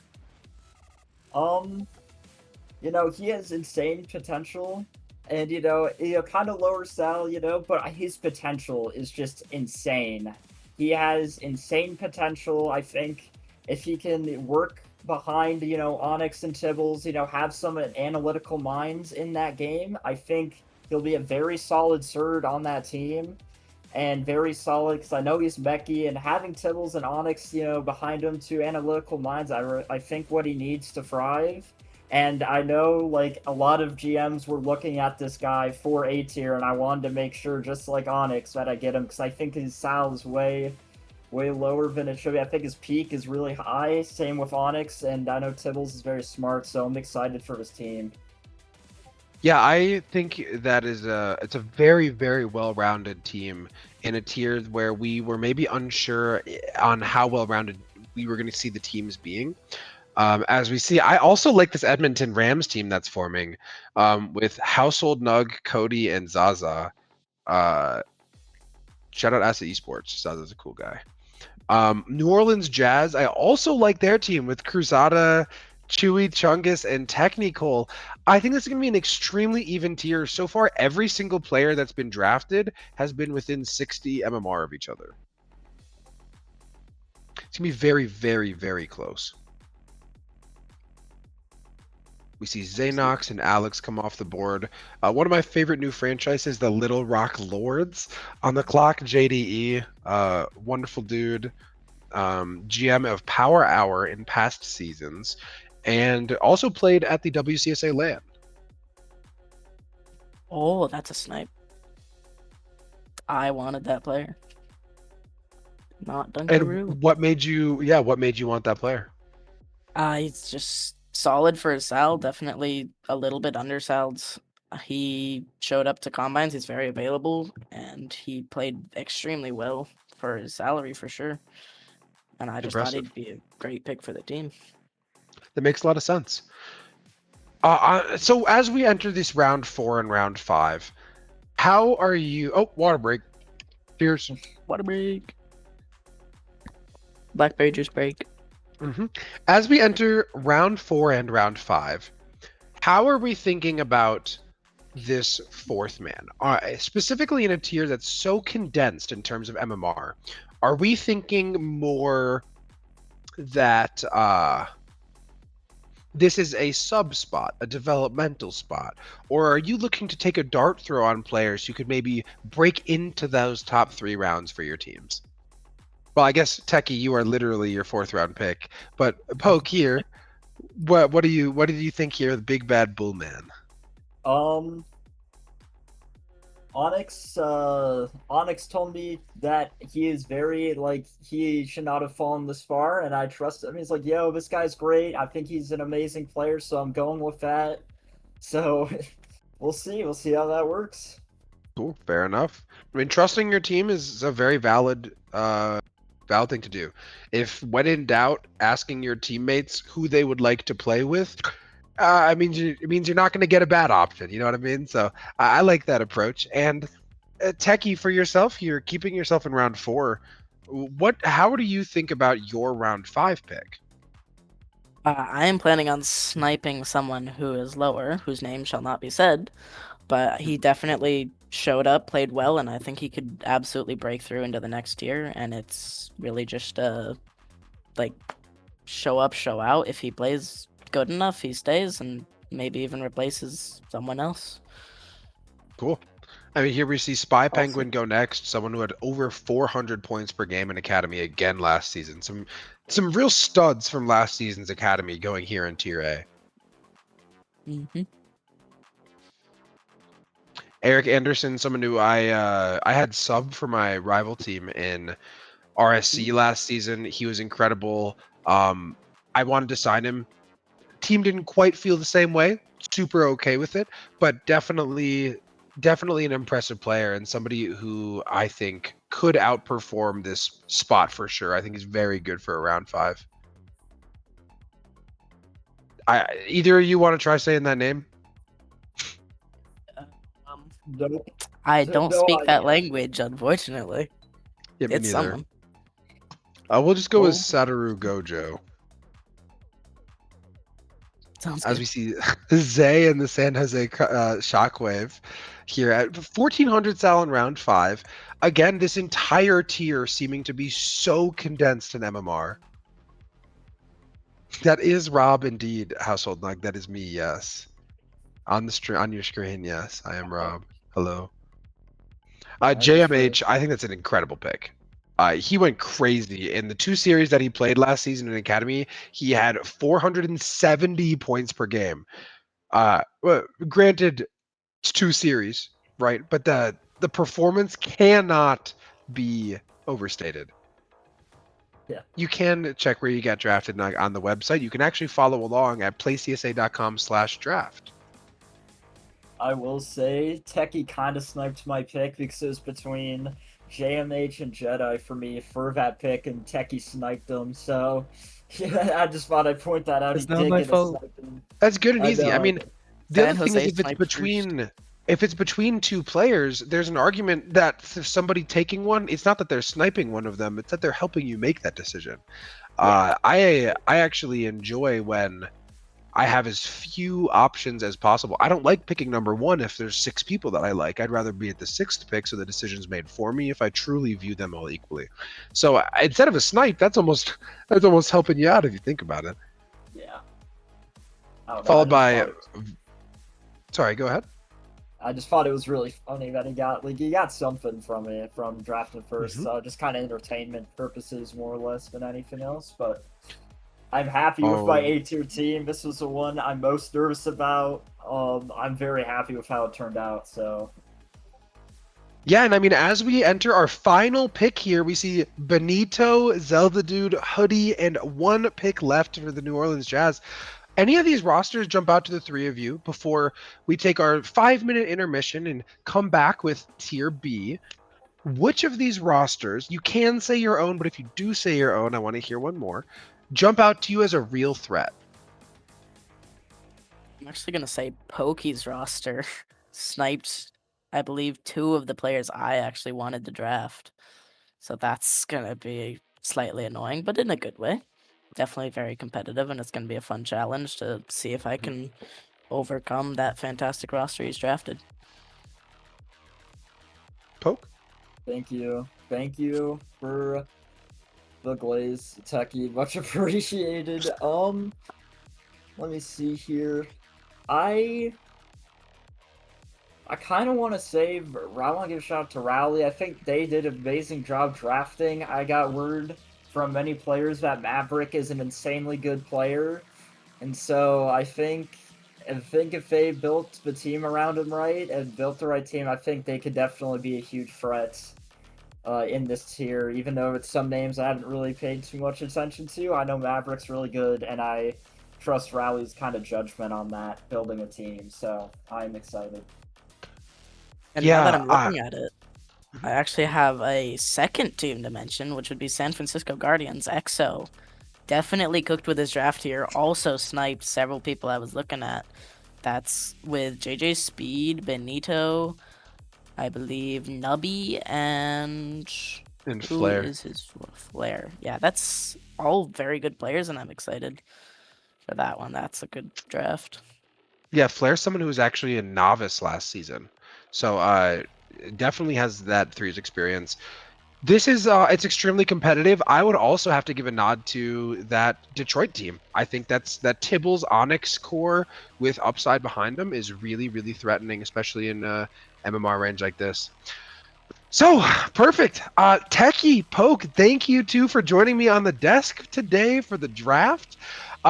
We will be back in about 5 minutes with 2 new people for our final 3 tiers. You don't want to go anywhere. We do have a little surprise, so stay here, and we will see you very, very shortly. Thank you guys, and we'll be back in about 5. You can't see it, but I'm waving.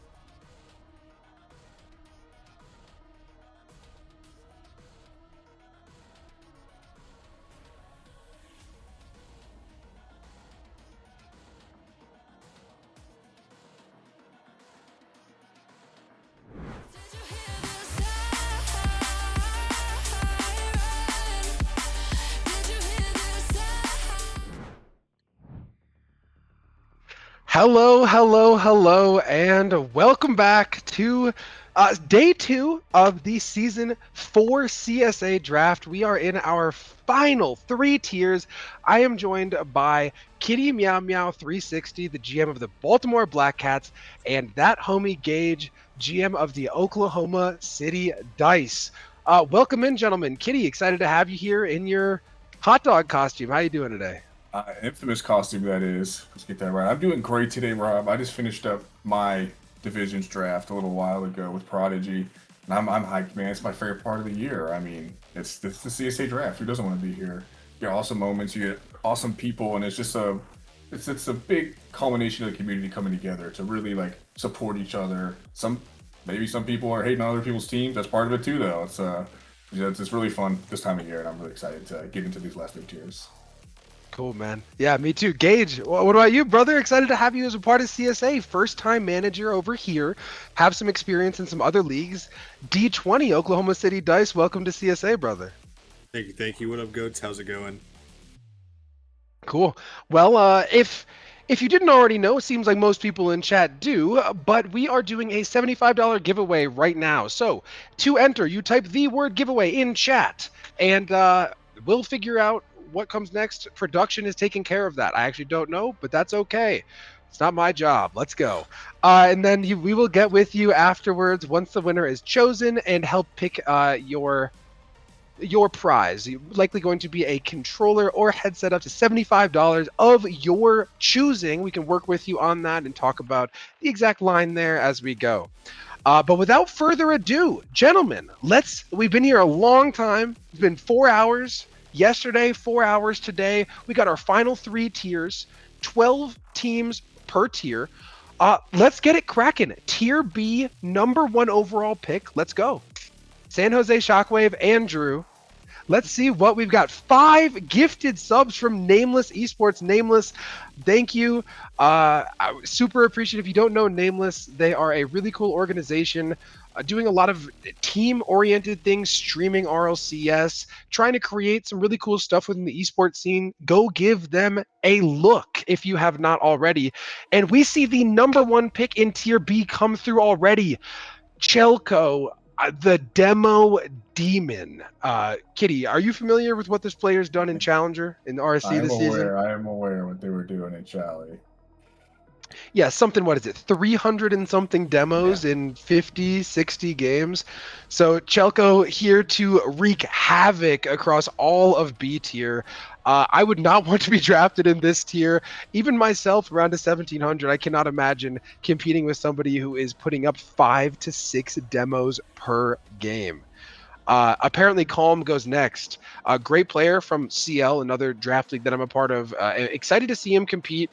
I think this is a steal that he fell down to Tier B. I think he's going to be kind of dominating around here. A great first piece to build around, as he's the highest sell off the board so far by at least 20 compared to everyone else. We see Zuli, we see Sticky Deer Rick, good friends with Poke, not surprised they go there. Mr. Goose to the Asheville Bears, Voided for real to the Raleigh Acorns. And Kitty and Gage, both of you are projected to get drafted while you are on stream, correct? This is true. That is correct. So there's, and I mean, 10, 15 South separates you. I believe it's going to be closer to C or D tier projections, as that's where we get closer to that 1200 space. But there's a non-zero chance that we could end up seeing the two of you teaming by the end of this stream, and I think that's hilarious. Yeah, that would be very interesting. That would just be funny to see. I'd like to do that. Gage is a cool guy. Played against him on stream in RSC last season. Don't talk about the outcome of that. He got Oh no! Oh no! He's overhyping it. That's one way of saying it. We see Junior go here, someone who I've had the pleasure of rostering in RSC in the rival tier. Extremely mechanical player, 1472's peak, Champ 1's peak. And when you get to these lower elos, I think having a heliocentric guy, a guy you can really build your team around, who drives an offense all on his own, I think Junior can be that here in B tier, and I'm excited to see paired with Mystic Arya. I think that's going to be a really. We're starting to see our first duos come through, and I think that's going to be a very powerful one for the duration of the entire season, frankly. Yeah, definitely. Another name I want to mention while we're at it, Zuli, he just went pick 4. Shout out Zuli, man. He's been a pretty decently active member of the community for a little bit. Finally getting to actually play for once. Love to see it. Really cool guy. Excited to get to see him get some minutes in. Also want to shout out Voided for real, really mechanical player. Taking him at the top would be. I'd like to see that. I hope he can get some action going. And as we get through these picks, it's Charge. It's another player I really liked last season. He played.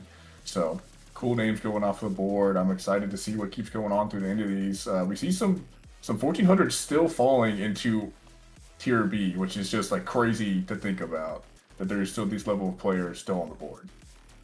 Yeah, and before getting to anything else, I would like to remind everyone that we will be wrapping the giveaway at the end of this tier. So we're about 40% of the way through, maybe 30% of the way through right now. So 5 rounds of these 12 teams, and as that happens, we will get the winner selected at that time. Shout out Gage, mid sentence is adding giveaway in the chat. I like that idea. Chat, how do we feel about if I type giveaway? Is that allowed? Okay. Is that like do I, because it's just like a CSA thing. If I get lucky, like, is that worth it? Is that Listen, fair? Grind does not stop. Any chance to make money is a good chance to make money. Yeah. I feel like on the off chance that it hits me, it would ruin everything. So I'm gonna not do that actually. Okay. As we see a few other names come through, we see the Detroit Panthers selected their second Onyx of Div 2. The second Onyx that they've drafted in round 2. Go here. We see Tuxix. That's somebody who I believe was one of your players to watch on the Pre-Jump podcast, Kitty. It was. So, do you want to say a few words about Tuxix going here, round 2 of B tier? I want to say this. This guy was so good last season. He played for Mexico City. He went to the semifinals and took the eventual champions to 7 games. Played them better than anyone else had the entire night. So this is one of the best guys in Academy last season, and I think Academy's probably close to this tier's level on average. Probably Academy's peak was probably higher last season, but on average, I'd say this tier's probably around that level. And to see him back in it, I think this guy's going to do some real work, and I'm excited to see that. I think you're probably right. It definitely made an impression, especially in playoffs. Didn't have the craziest regular season, but by the end of playoffs, everybody kind of knew what Tuxix was able to lead that team in doing in that playoff run. We see Stragus go. Celicy asking when Stragus was going to get drafted, goes right here in tier B. Doodle Rob, several times people have pinged him instead of me, and that's been kind of funny. Sorry, Doodle Rob, that happens. But great name you got there. Followed by Ace, Crude Frost, R. Stevie, Sea Cow, and Puma. Yeah, Sea Cow, I'd like to mention, if you are between the ranks of C2 and GC1 and you are queuing at 4 a.m. EST, I promise you're getting Sea Cow in your game. This dude is the most dedicated late night queuer ever. Shout out to him. He's a really cool guy. Yeah, he's also reached out for coaching. He has gone out of his way to, when we play together, ask what he can do better. So I'm a really big fan of, again, I talked a little bit last year about how when it comes to these lower elos, it's not about just who's the best right now. It's about who wants to be the best, who's interested in putting in the time, in the effort, and being vulnerable with the team to say, I need to be better at this. How do I do it? And I think that Sea Cow is going to be a great third in this B tier here. Yeah, definitely. I think we're hitting a point where these GMs need to start thinking about these 1400 players, man, because there's a big gap between these guys and the 1300 after. Avex Inception's cool guy, just got drafted there, but yeah, I love Avex. I think one of these GMs we're at the bottom of round 3. There we go. Joyless is currently 1450 in twos at like a 1425 Sal. I am very surprised he fell as late in the draft as he did. Yeah, we're going to see, like, Extraordinary Will. He's the guy that played last season. You know this is a known commodity. This guy played games last season. You know he's going to show up and play. Same with Yuki. So if I'm GMs and you were listening to this, take those guys. Fire just one as well, another name that I really thought should be going around here. If you're GMs, if you're seeing on this board us GMs have, it shows us how many games they played last season, how many points per game they had, their win percentage. If they are playing games, if they're showing up, that is so crucial because you know that you have a guy that wants to play the league, and I think that is an amazing thing to have. I love guys who care. That's my favorite Yeah. players to draft are the ones who care. Yeah, absolutely. And speaking of people who care, Pengi goes here, round 4 to the Richmond Raptors. Pengi, someone who I've known for several years, is I talk about caring about as water break. Sorry, I can't talk yet. Cheers. I don't have any water. You got to come prepared next time. We need some hot dog water. I'll get water at the break. I'll get water at the break, guys. Hot dog will be back with some water. Pengi's someone who is max passion. His sal's a little bit lower, so this is technically a reach. But when you're talking about taking a 4th, you're talking about building for a season.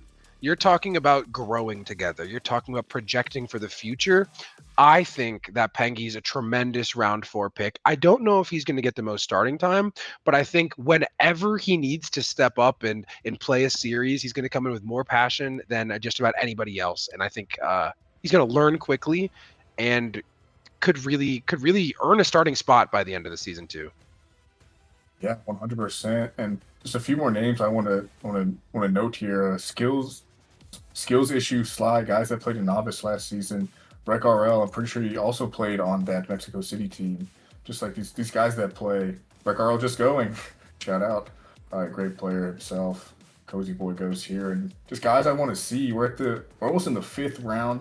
The fifth round with these rotating picks, I guess the curve, if you want to call it that. Those are my favorite picks to have as a GM because you have 2 shots at getting a really good 4th man or even a starting 3rd man. When you have that curve from round 4 to round 5, I think you really have there's a realistic world where you have 3 options to be your 3rd man. So I think this is a great spot for these GMs to look at people, maybe slow down a little bit, look at these high sals and try to make an educated guess if he doesn't know too much about them. Absolutely. I want to direct our attention to this San Jose roster. With? Strages, Doodle Rob, and Delco, right? Hmm? And Yeah. Sly is their 4th. We just got Sly. Sly's a Yeah. really good 4th. That is just a disgusting roster. Yeah, I'm excited for that. I pointed them out as a duo who could be good, which is interesting that they just continued to build on that.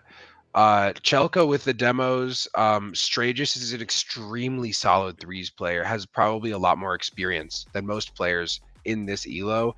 I'm not too familiar with Sly or Grey Wolf or Doodle Rob as players, though. Would one of you like to shed some light on them? Zelko is sorry, I was pronouncing it wrong according to Zelko in chat. I don't know much about Grey Wolf. Doodle Rob is just known talent over in RSC. Sly as well, again, just known talent in RSC. Had a great Chally season, I believe.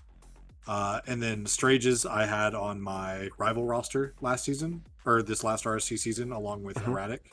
Strages is really, really solid. Completely helped turn around that roster into a playoff contending team. And then Chelko, I mean, we all know the demo records, right? Yeah. Just a great team all around. Yeah, I mean that makes a lot of sense, especially having that well-rounded of a team as we go down through the tiers becomes more and more rare, harder and harder to do. We've seen 5 more picks come off the board. We have Tweedle, Labooty, Washed, okay, Skills Issue, Reno, KRS 123, and Miles Pringles. Are any of these other rosters jumping out to either of you as we have 5 more picks before we round off this tier and get to the winner of the giveaway? Let me. I'm going to shout out the San Francisco Guardians roster as well as this Springfield Cyclones. There we go. Let me scroll down to them to get the full roster we have so far. But the San Francisco Guardians roster. Hold on. I got a full screen. The screen real quick. It's 22, Charge, Avex, and Q-Fold. These are 4 guys that were in Academy last season and were notable names. They just drafted Zerm as well. These are notable names. I will say 22 is a novice last season. These are some notable names on this roster that I think are really solid players. And to go into the Springfield roster real quick, I also really like this one. It's Zuli, Tux, Stevie, Lobster, and Skills. That is, I love looking at that one. I think Spalty and EXO did amazing jobs drafting their guys. Yeah, I think so too. You mentioned skills in round 5 here. I want to kind of point that out again. I think that skills could have gone as early as, frankly, like round 1 or 2. I don't think would have been insane. So getting skills here at round 5 is, as there's someone who was in vet, I believe, this season of RSC, falling significantly later than I would have expected. I think that having a value that late, kind of no matter what else your team does, especially pairing them with a player like Tuxix and Zuli, like we were talking about, is about as good of a building as you can do. Like that's there's tremendous blocks to build with together, and I think that Spalty's team really jumps out to me here. I mean, definitely, as we come to the end of the draft, there's 3 more picks left. Let's see what these GMs do to end it. I'm really excited. This is a range as a GM where I personally am looking like, well, hey, who do I want to like? Who do I think would be a really good, 4th man or 3rd man on my team, and who would I not want my teams to play in the other tiers? I think that's a good idea to look at this final round is who is that combination of a player who you're like, yeah, this guy can really compete for my spot, as well as I don't want this guy. I don't want to play this guy in another tier. He's too good. I think it's a good idea to look at this 5th round like that towards the end of it.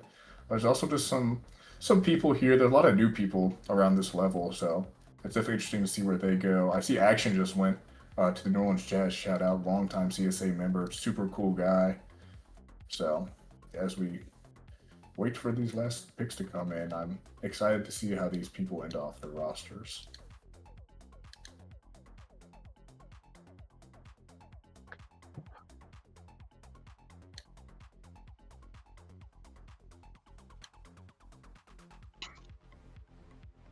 And as we have 3 picks remaining here, I would like to just give a little bit of insight into how this giveaway winner will be working. We are going to finalize everything as these picks come in. If you want, so make sure you type giveaway in the chat to make sure that you are entered. So as we see Labin go here, I think he's a tremendous value, really impressive RSC player for his Sal this season, and I think he could even play a tier above, and Fingal to follow. It's a funny sentence. And as Minty Merc is the final pick, make sure you type giveaway in the chat to get in while you can. We are going to take a brief intermission, come back with our next tier and the winner of the $75 giveaway. Do not go anywhere. We will be right back with C tier, D tier, and your giveaway winner. We'll be back shortly. See you soon.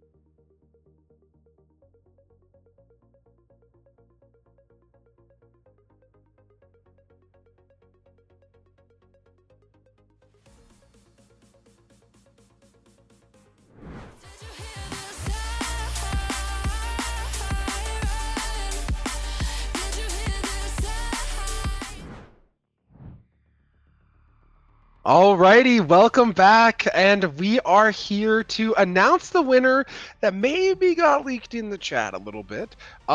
Before we do, though, we've been hit with a water break. So, sorry, Water give me break? 1 second. Lime cucumber Gatorade break. The winner of the $75 giveaway was Exiled RL. So Exiled, we will be reaching out to you through Twitch Whispers as well as DMing you on Discord. Just making sure that we have all your accounts linked, that you're the right Exiled. We believe that you are, and we know who you are and all that. But having the Twitch account link just helps us make sure. So we'll get with you and make sure that we get that sorted. Thank you to everyone who was a part of it. And we keep an eye out because we will be doing some more things like that as the season goes on. But as we have been here for a little bit over 4 hours and we have 2 tiers left, let's just run straight into it. Tier C draft, number 1 overall is a keeper. It's going to be Yoru, 1305 Sal. And San Jose is going to have the number 1 actual pick. What I find fascinating is we come back and all of a sudden the highest sell on the board is 1360 still. The idea of a 1360 existing in C tier feels extremely powerful. There's a 1345, a 1340, but just the 4th player down, you get down to 1325. And that is some crazy, crazy MMR to be found down here.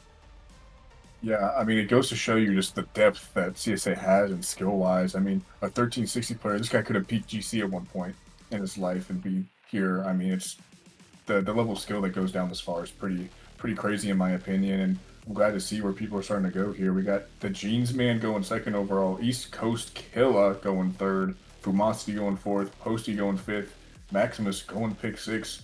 A lot of reaches considering the people still available on this board here, and I wonder if we're going to see a thing like we did in the last tier where these guys don't go till around 3 or 4 just because they're not known commodities or people that are known. Speaking of that, Poke Ninja here reaches out and takes Alpha Dingo, the brave guy to take the 1360 and the 1300 tier.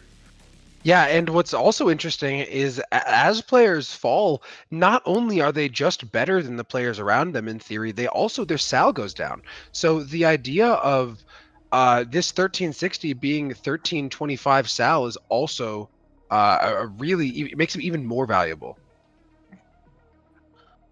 100. Production, could we send over the draft board to the main stream? Make sure we have that screen up for a sec.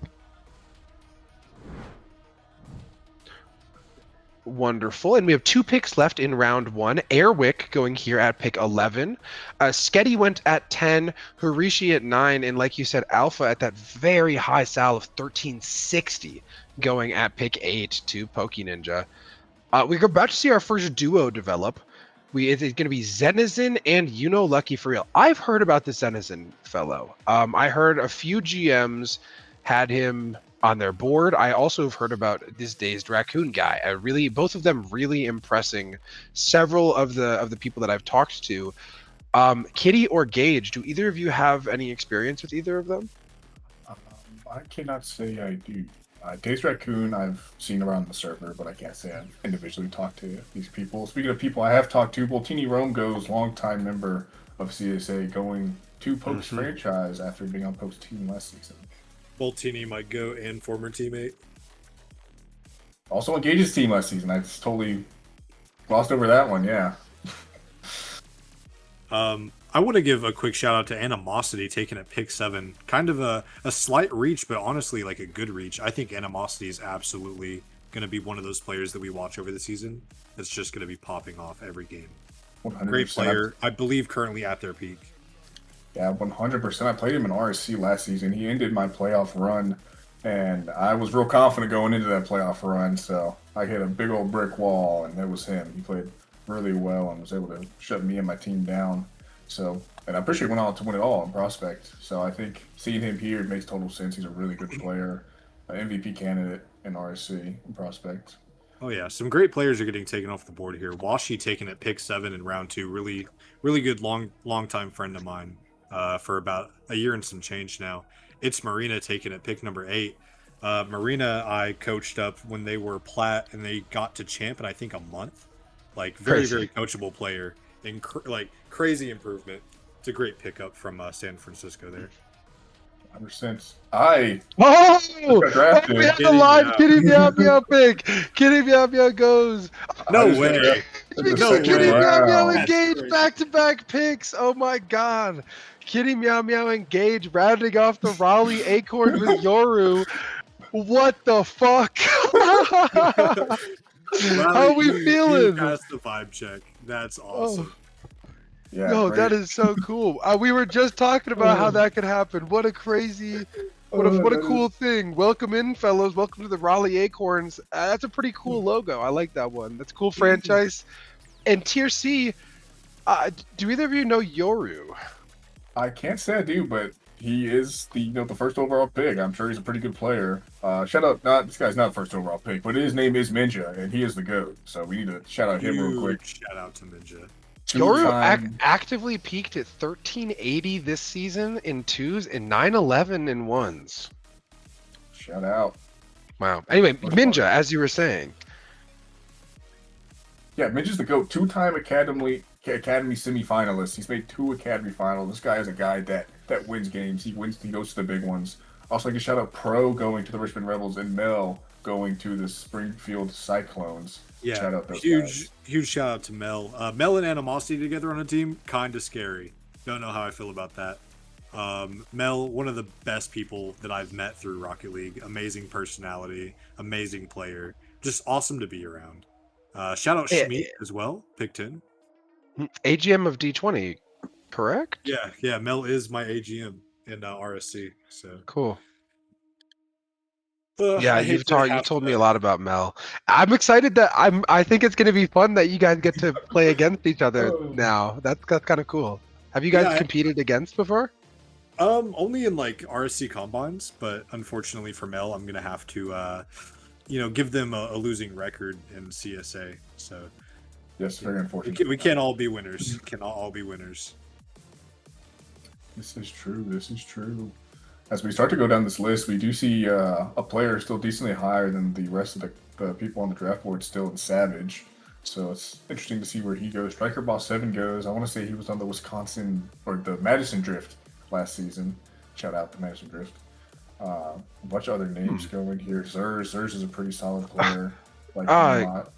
Greninja King brings my attention to Kill Evil, who over the last 3 days has gone from a peak of 1309 to being currently 1405 in twos, as well as in that same time period going from 1200 to 1300 in threes, and has 150 ones games. So they might Kill Evil is someone who maybe we keep our eye on as maybe a sleeper in this tier. Someone who 150 ones games is incredibly impressive. Just being able to do that, I personally would never put in 150 ones games in a season. I don't think I have that many since free to play, honestly. And I commend this player for having the grind set to be able to do that. Oh, I drafted this guy in RSC. Shout out Flavored Balls. Love that guy. Shout out Exo's- Flavored I Balls. drafted him with EXO. That makes sense that they're together here, reunited, two cool dudes. Two cool dudes. Those who know. If Great Honda is listening to this stream, two cool dudes. Those who know. Havoc goes to the Richmond Rebels here in the 4th round earlier. That guy is so cool. I got to do a try with him. He's an awesome guy. We see Broski Jazz as well. I know him for a really long time from the Twos League way back when. And we just received our 4th and 5th, Lieutenant Leaf and Jonathan Van Dyke. Van Dyke, who I also played with for a day in RSC last season. Shout out to him. As we end this, we're getting close to the end of this round. There's still some 1250s. Like this is real interesting. I want to see where people go. A name I want to shout out to any GMs listening. Sorry to GMs who once got another tier is War Rat. War Rat's a really good player, really improving, and I think he's a guy that someone should take a chance on, as well as Krispy Kreme 704. That guy is max passion for Rocket League. Shout out to him. We are also getting to the point where almost every single player is brand new. Because CSA has been it's exploded from a competitive standpoint, we haven't always had places for our 1200 and below players to compete. That's part of the idea of the expansion with Division 2 and further planned expansion next season, introducing, here's a little bit of a spoiler, a Division 1, 2, and 3, each with 5 teams, or 5 tiers, sorry. So it's 15 in total. And with that in mind, if you look over on the left on playcsa.com/draft, you'll see almost every player did not compete in Season 3, which means that at this point, it's about your scouting. It's not about looking at stats. It's not about looking at, oh, wow, this guy was so good last season, or, oh, this guy told me to draft him. It's about finding these brand new diamonds in the rough and using them to your advantage, like build with them, right? Create the staple to your brand new franchise. Keep in mind as well, you can have keepers, right? Even in Division 2. So at that point, if one of these players that is just a stud for their MMR, even if they get promoted, these GMs can still choose to build with them as a franchise player. I think it's a really important angle to think about these things from, is the longevity of that franchise from the draft. 100%. And as we come to the end of this draft, I want to shout out a few names real quick. Bullet note to the Chicago Titans. Bullet note is an awesome guy, also improving himself. Netkiller 27. This guy has improved so much over the last 6 months. That is an amazing pick. Warrat going. Spalty, you're welcome. I mean, Zvex going. He played in Academy last season on a pretty underrated Detroit Bisons team that didn't end up making playoffs, I want to say, but was still really solid. So I think it's a great pickup. And we're going to come into this bottom tier having someone who is over 1,200. And I think this tier D is going to be so interesting to me because this is the first time in CSA I have not been considered like a bottom 10 player in the tier. So this is kind of cool for me to see people below me and see how they might improve to get up to my level, which has always been a really fun thing. I like seeing people improve. So you mentioned having a player above 1,200. Are you aware that we'll have an entire round 1 above 1,200? I did not see that. I just saw that there was going to be above 1,200. Yeah, there's 11 players at 1,200, and then there's a couple at 1,190 and 1,195. So even tier D still goes into that Champ 2, Champ 3 Sal area. Before we leave this one, other than your own team, what teams here catch your eye before we get into tier D? Acorns of Raleigh. For me, it's got it. It's a tie between Richmond and Springfield. I like both those teams. You got Maximus, Washi, Pro, Scroll, Pro, Havoc, the Net Killer. I like that one a lot. Then Animosity, JD, Mel, Salty Num Num, War Rats. I think all 5 of those players are all really solid, and I'm super excited to see how those teams do. Well, not first my team, because you know this. Yeah, For I me, think. Go ahead first. Sorry. I was No, gonna go say ahead. I definitely think I really like that. Whoever's on that roster, the Raleigh Acorns, like it's a good team. No, but all jokes aside, I think Springfield Cyclones and then the Chicago Titans are the 2 teams I'm really looking at here. Yeah, I agree. Specifically, Chicago with Kill Evil. Depending on how real those peaks continue to be, they're all from this season, and we're at our peak in 2s and 3s. So if we're able to remain there or even close to them, that could be a tremendously terrifying player for the tier. I also want to go back to Alpha Dingo on the Detroit team. That was 1360 at the beginning of the tier and fell down into the second half of round 1 even to a 1325 Sal. I think a lot of these lower tiers come down to, I either have a really well-oiled machine of 3 or I have a monster first man. To me it's very rarely duos in the lower elo, and I'm curious to see how the best teams here will operate and why they do. Without further ado, though, let's take a couple minutes. We're going to take a very short break and then be back with our final tier, Tier D, for the CSA Season 4 draft. It's been a long day. It's been a long weekend, but we are almost there. Don't go anywhere. We will be right back. See you in a minute.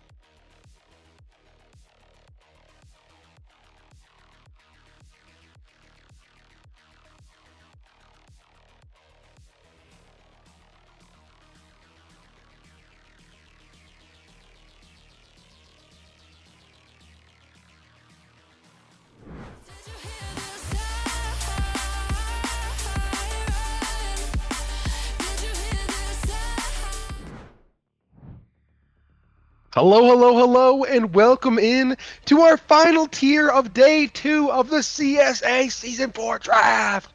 Woo! We're so close. It has been, 9 hours? It has been 8.5 long hours. Holy shit, producer reduced a dance.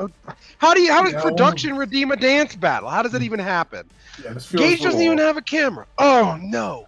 I guess that means you and Rob have to hit the gritty right now. Is that? Oh, I don't know how to hit the gritty. I'm 27.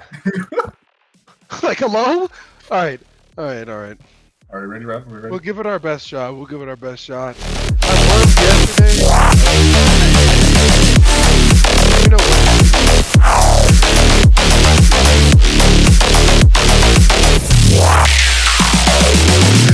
We're good. Anyway, people aren't here to see this. People are here to do the draft. We're here for tier D now. And with that being said, we're going to jump straight into it. I'm like breaking my chair out of here's a piece of it. Detro is gonna be your number 1 pick for tier D. Spalty and the Springfield Cyclones will have pick number 2. Did someone redeem a drink water? He said we ignored it. When? I did not ignore your drink water. You have to redeem it for that.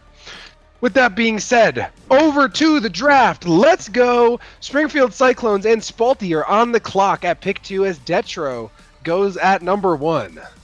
Water break here. Here we are. Cheers. We're actually 2 water breaks. I've ignored 3 of them. We have 3 water breaks to catch up on. So drink for like 10 seconds or something. Yeah. There's totally a drink. Yeah, what the hell, Water Reek? Production, focus on your own job. Pick number 2 is broken. What are we doing? Spalty's link is broken, he says. That is why the message is highlighted. Turtle Meat, do you know who? Oh, he picked anyway. Bandit goes here at pick 2 into the Raleigh Acorns at pick 3. I heard a prediction here from Gage. Wow, Gage, you know what, man? One might even think you actually just knew that was going to happen. One might think and know that. One might think one of them told you they were going to get picked. I will not confirm nor deny these allegations. Nor confirm. You can find, if you want to predict whether Joe Exotic will go at pick 3 on Raleigh Acorns, find us on Kalshi.com/Car Soccer Association. That is a joke. That is a joke. That is a joke for legal reasons and all other reasons. Tweaking out here at pick 4, and the Richmond Raptors on the clock take Baby Hits a Wall. A little bit of an MMR reach, but one of the best names in the league, hands down. 100%. Names I'm excited to see go in this draft. I can think off the top of my head here. Krispy Kreme, I mentioned him at the end of the last one. Hype 56, I teamed with him a few seasons ago. GCG, Goalie Cam Gaming Goalie Cam. I don't remember his name exactly, but he was on my team last season. I think that's correct. Goalie Cam Gaming, yes. He was a really good player. I think he's a steal. The only problem I had is that he could not make one of the matches every week. He could only play a match because he had goalie practice. No. I think it might be over now though, but I think he was really good last season when he played. I mean, you see that 320 points per game in Academy last season, won 70% of his games. Only 10 games, but I think he's a really solid player. Zivy on live goes, Rob knows. Yeah, I went on a 43-game win streak with him in ranked when he was a silver player. Yeah, that was quite a time. Used to coach him. Probably extremely mechanical for the tier. I mean, he can hit double resets in free play. Recently hung out a little bit, played some Rocket League. He's back up, actually. He's playing again. He hit his all-time peak again in 2s and 3s this season at 12-20. He was even salved with that projection in mind and has now broken through that peak that was set as a projection. So I think that Ziv's going to be a great pick in Tier D, and I am excited for him to be in the league and to actually get to play some like organized Rocket League for I think the first time ever. Yeah, shout out another name I wanted to discuss, not going to be taken till later, but Torfint. He's 1165 right now. I did try with him as well. He is such a good player. I think he would have been a good third in Tier C. That guy is super solid and everything. Valued Squash goes. He's a member of Mini League. Shout out to him. We're coming up to a keeper pick. That's got a special place in my heart. Lights out. Little Rock Lords. He's a keeper there. The AGM for them. He's about to come up. He was part of my wonderful academy team that had the third most points of all time in CSA history last season. Shout out him. He was a GOAT and was a big sleeper I got in the 5th round last season. What shows GMs, 5th round picks do matter. He was my 5th round pick last season. He was so good. So take those seriously. Another thing to note is that, as Rob said in the last one, a lot of these guys, this is the first time playing. CSA has not seen. There we go. Dwarf goes. A lot of these people haven't had the chance to play really. Speaking of one of those guys, Mr. Nice has been here, I think, since season 1, and he is finally going to have a place to play. And I'm so excited for him to finally get that because he's been so dedicated to show up to combines and actually play. I think that's just a really cool thing. I could not agree more. We're even again looking to expand just a little bit more next season because we do feel that we want to create a space for everybody. And even now, we still have 73 draft eligible players, but only about 30 spots left to fill. So a few players will be going undrafted, but that does not mean your season's over. You still will be a free agent, and we are always looking for more engaging things to be doing with our community. I think some of these duos that we're seeing form are very powerful, individually as well. Just thinking about how these players know each other, thinking about how this range is so much based on your individual experience, right? This is not the space where, oh my god, I know you from RSC and you are an MLE. Normally, if you're in this 1100 to 1200 space, you've played maybe 1-2 leagues before. You're pretty new, not always, and but that entering into the league space, being an unknown commodity, can be both. It's a little bit of a double-edged sword. You can be both a weapon for you, as you're unknown and can sneak under the radar, but you also don't know which players would play well with you, who you want to play with, who you don't want to play with. So navigating the space almost entirely blind can be a very difficult thing to do for some of these players.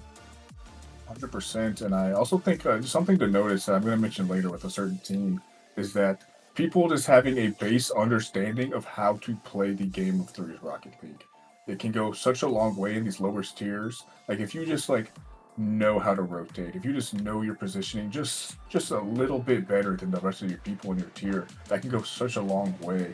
And I feel a lot of these guys can benefit so much from being taught, as they're the lowest tier. Like there's so many people above them. We have 3 tiers of players above them that can help them improve, and then they improve at such a faster metric than any other player because they have nowhere else to go. Nowhere to go but up. Yeah. Yeah.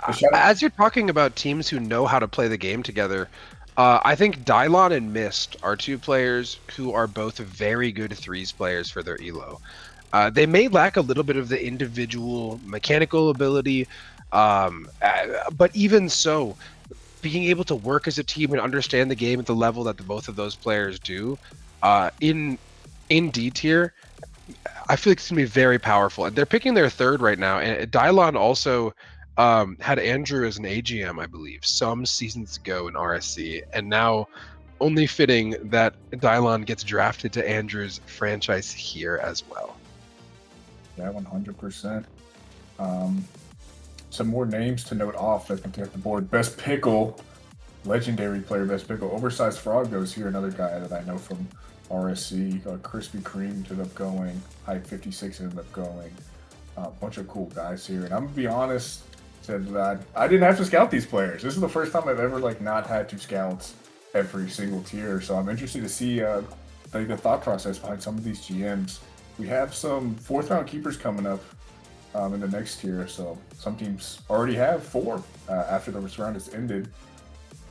So it should be interesting. A player in the next tier that is a keeper that I want to shout out is Ghost Sniper 9435 again. I think the guy's a super chill guy. He's a keeper on EXO's franchise, and I think he's super solid. Interested to see here, Chicago Titans will be the first to have 4 people on our roster, and I'm interested to see how they end this tier off, or end these first 4 off.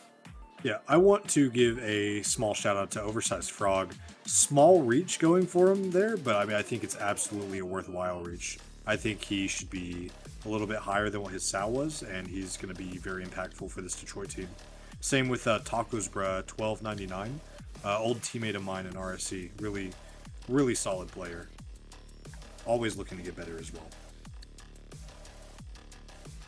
Yeah, I mean, I think what's fascinating is as we're getting here, you see like Sizzle. Is he still here? Is that correct? Is he there for you guys as well? No, refresh your screen. Oh, nope, I had to refresh my screen. Yeah, I was going to say a 12-20 player remaining right now feels unbelievable. And it was literally unbelievable as I needed to refresh my screen. Okay. Yeah, I mean, so changing my point then. The sales remaining are honestly fairly similar, right? Everyone, CLEL is a little bit higher than everyone, but it's not really a skill gap right now for players for these last spots. It's about who has made a better impression, who has made themselves known as a good person, a good teammate, someone you would want to team with, you want to learn, you're coachable. These are the things that make the difference between getting drafted and not. And especially it matters between every tier, but especially in this one where it's about being an FA in RSC, being an FA in CSA or not.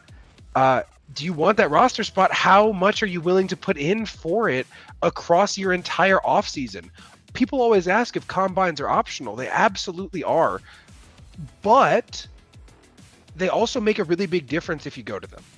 You find yourself going later, going to teams you might not like, not knowing the people around you. So as we're here and talking about the draft process, I think it's only right to shout out combines and all of the work that our dev team and Chris put in to make that a much more enjoyable system this season, and a reminder for you guys to get active in them next season because it does nothing but help you.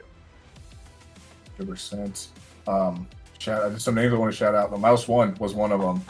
He's a good player. I know him in RC for a little bit. Another guy I really want to mention that I think his skill set as a player, his past is so important, is the Weatherman 48. He has played collegiate Rocket League. He has played competitive threes Rocket League. He's gotten to coaching. He's understood this and that. So I think it's really important. Oh, he's at Carthage, isn't he? He was on Power's team. I scrimmed to this guy. Okay, yeah, so not many Carthage. times, and Yeah. he is such a solid player. I think if you're one of these last GMs, take him. He is a real shot. He's a 100% real shot to be your third man, and you can get him in the 5th round here. He has so much actual experience at playing the game at a competitive level. 30 Scoob. Hey, that's my goat. Hold on. Let's go, Scoob. Scoob is a good friend of mine. Met him in a buddy server and helped him get a little better at some Rocket League. And he was like plat or like low diamond until pretty recently. And the rank may not speak as much as his actual play does. He's improved a ton. And so I am super excited that he's going to get a chance here. And it wasn't even because I was like, yo, somebody pick Scuba. Just like my dude. So shout out Scuba for the improvement that he's put in. And shout out Saved Hawk for the grind that he's had to get himself a shot on Poke Ninja's franchise. And shout out Vega Phantom, known 6-mans and combines player. That guy's showing up. And we're coming up to a Mr. Irrelevant here. They're not actually irrelevant guys. They're super cool people. But, I'm interested It just means the last pick. It just means the last pick, guys. I'm not being a bully, I promise. And it was Ruffer RL going as the Season 4 CSA Mr. Irrelevant, aka last pick. Rob, you've been here since World Class. You got to see a 2400 player who's played on huge stages to a 900 player being drafted. I mean, this has got to feel surreal for you. Yeah, man. Yeah. It does. It's really cool. The whole point of CSA is to help create a space for people to enjoy their day that much more. After yesterday, I had a few DMs from people about how they appreciated the shout out, and it was really cool that you got to see that. Like I tangibly helped those dudes have a better day, and on a personal level, like this has come so far in such a short period of time, and it is unbelievable. And so it's a dream of mine to be able to create something so positive for hundreds of people and thousands of people, and to be able to help everyone enjoy their life and their day, and help the dark be not so dark, and help the bright be a little bit brighter. And so it does feel very surreal, and I hope everyone knows that from the bottom of my heart, it's not Rob from CSA thanking you. It's me. It's Robert Saltzman, like me as a person. Thank you for being here as a viewer, as a player. Thank you, Kitty, for all that you do as an admin. Gage, as a GM, new GM. You just got here, but like you're on the mainstream here with me, and it's all love, and it always has been. And so, to every single person here, thank you for being here, for kicking off a tremendous season 4, for getting us to where we are today, to where we can look forward with such a shine and sparkle in the eye, because it is so exciting. So I'll end my little monologue, but yeah, it does feel surreal, and it is a beautiful thing that a lot of people have worked very hard to create. And I think it's really cool to be able to take a step back and look at this, and for all of us, and say, look at what we fucking did, and look at where we are and where we're only going forward. So let's continue to create some greatness. Let's have a great fucking season. Season 4 already incoming. We got bigger prize pools. We got more players. We got more casters. We got more streamers. We got more content. We have daily games coming out. Sneak peeks will be out soon. We got a podcast. We got trading cards on the way. Yep, I said the forbidden word. Oh my gosh.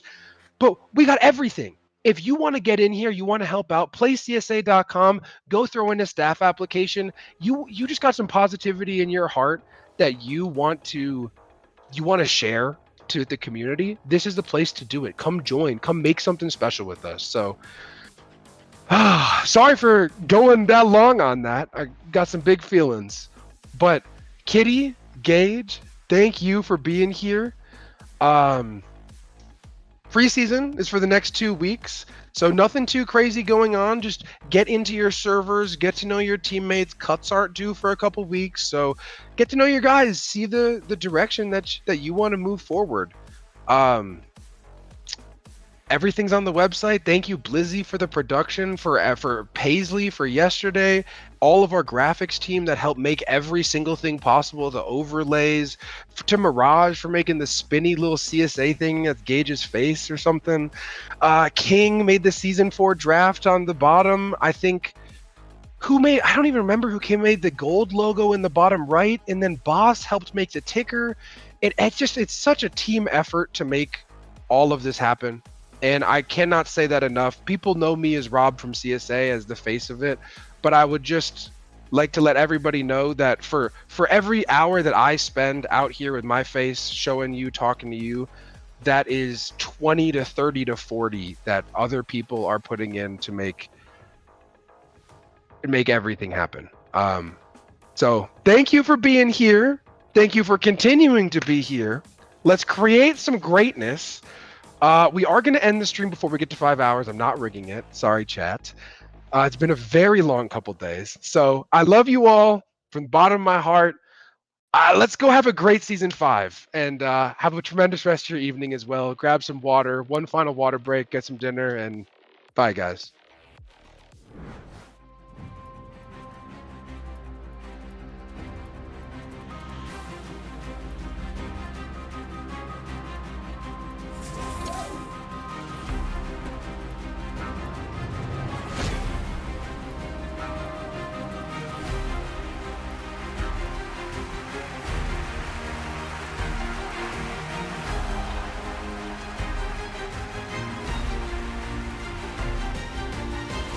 Continues to carry him. Get down. Oh, that's beautiful. Shot by the right corner. Opposite Corey, Geosynth. Down. Oh, that's beautiful. What a save.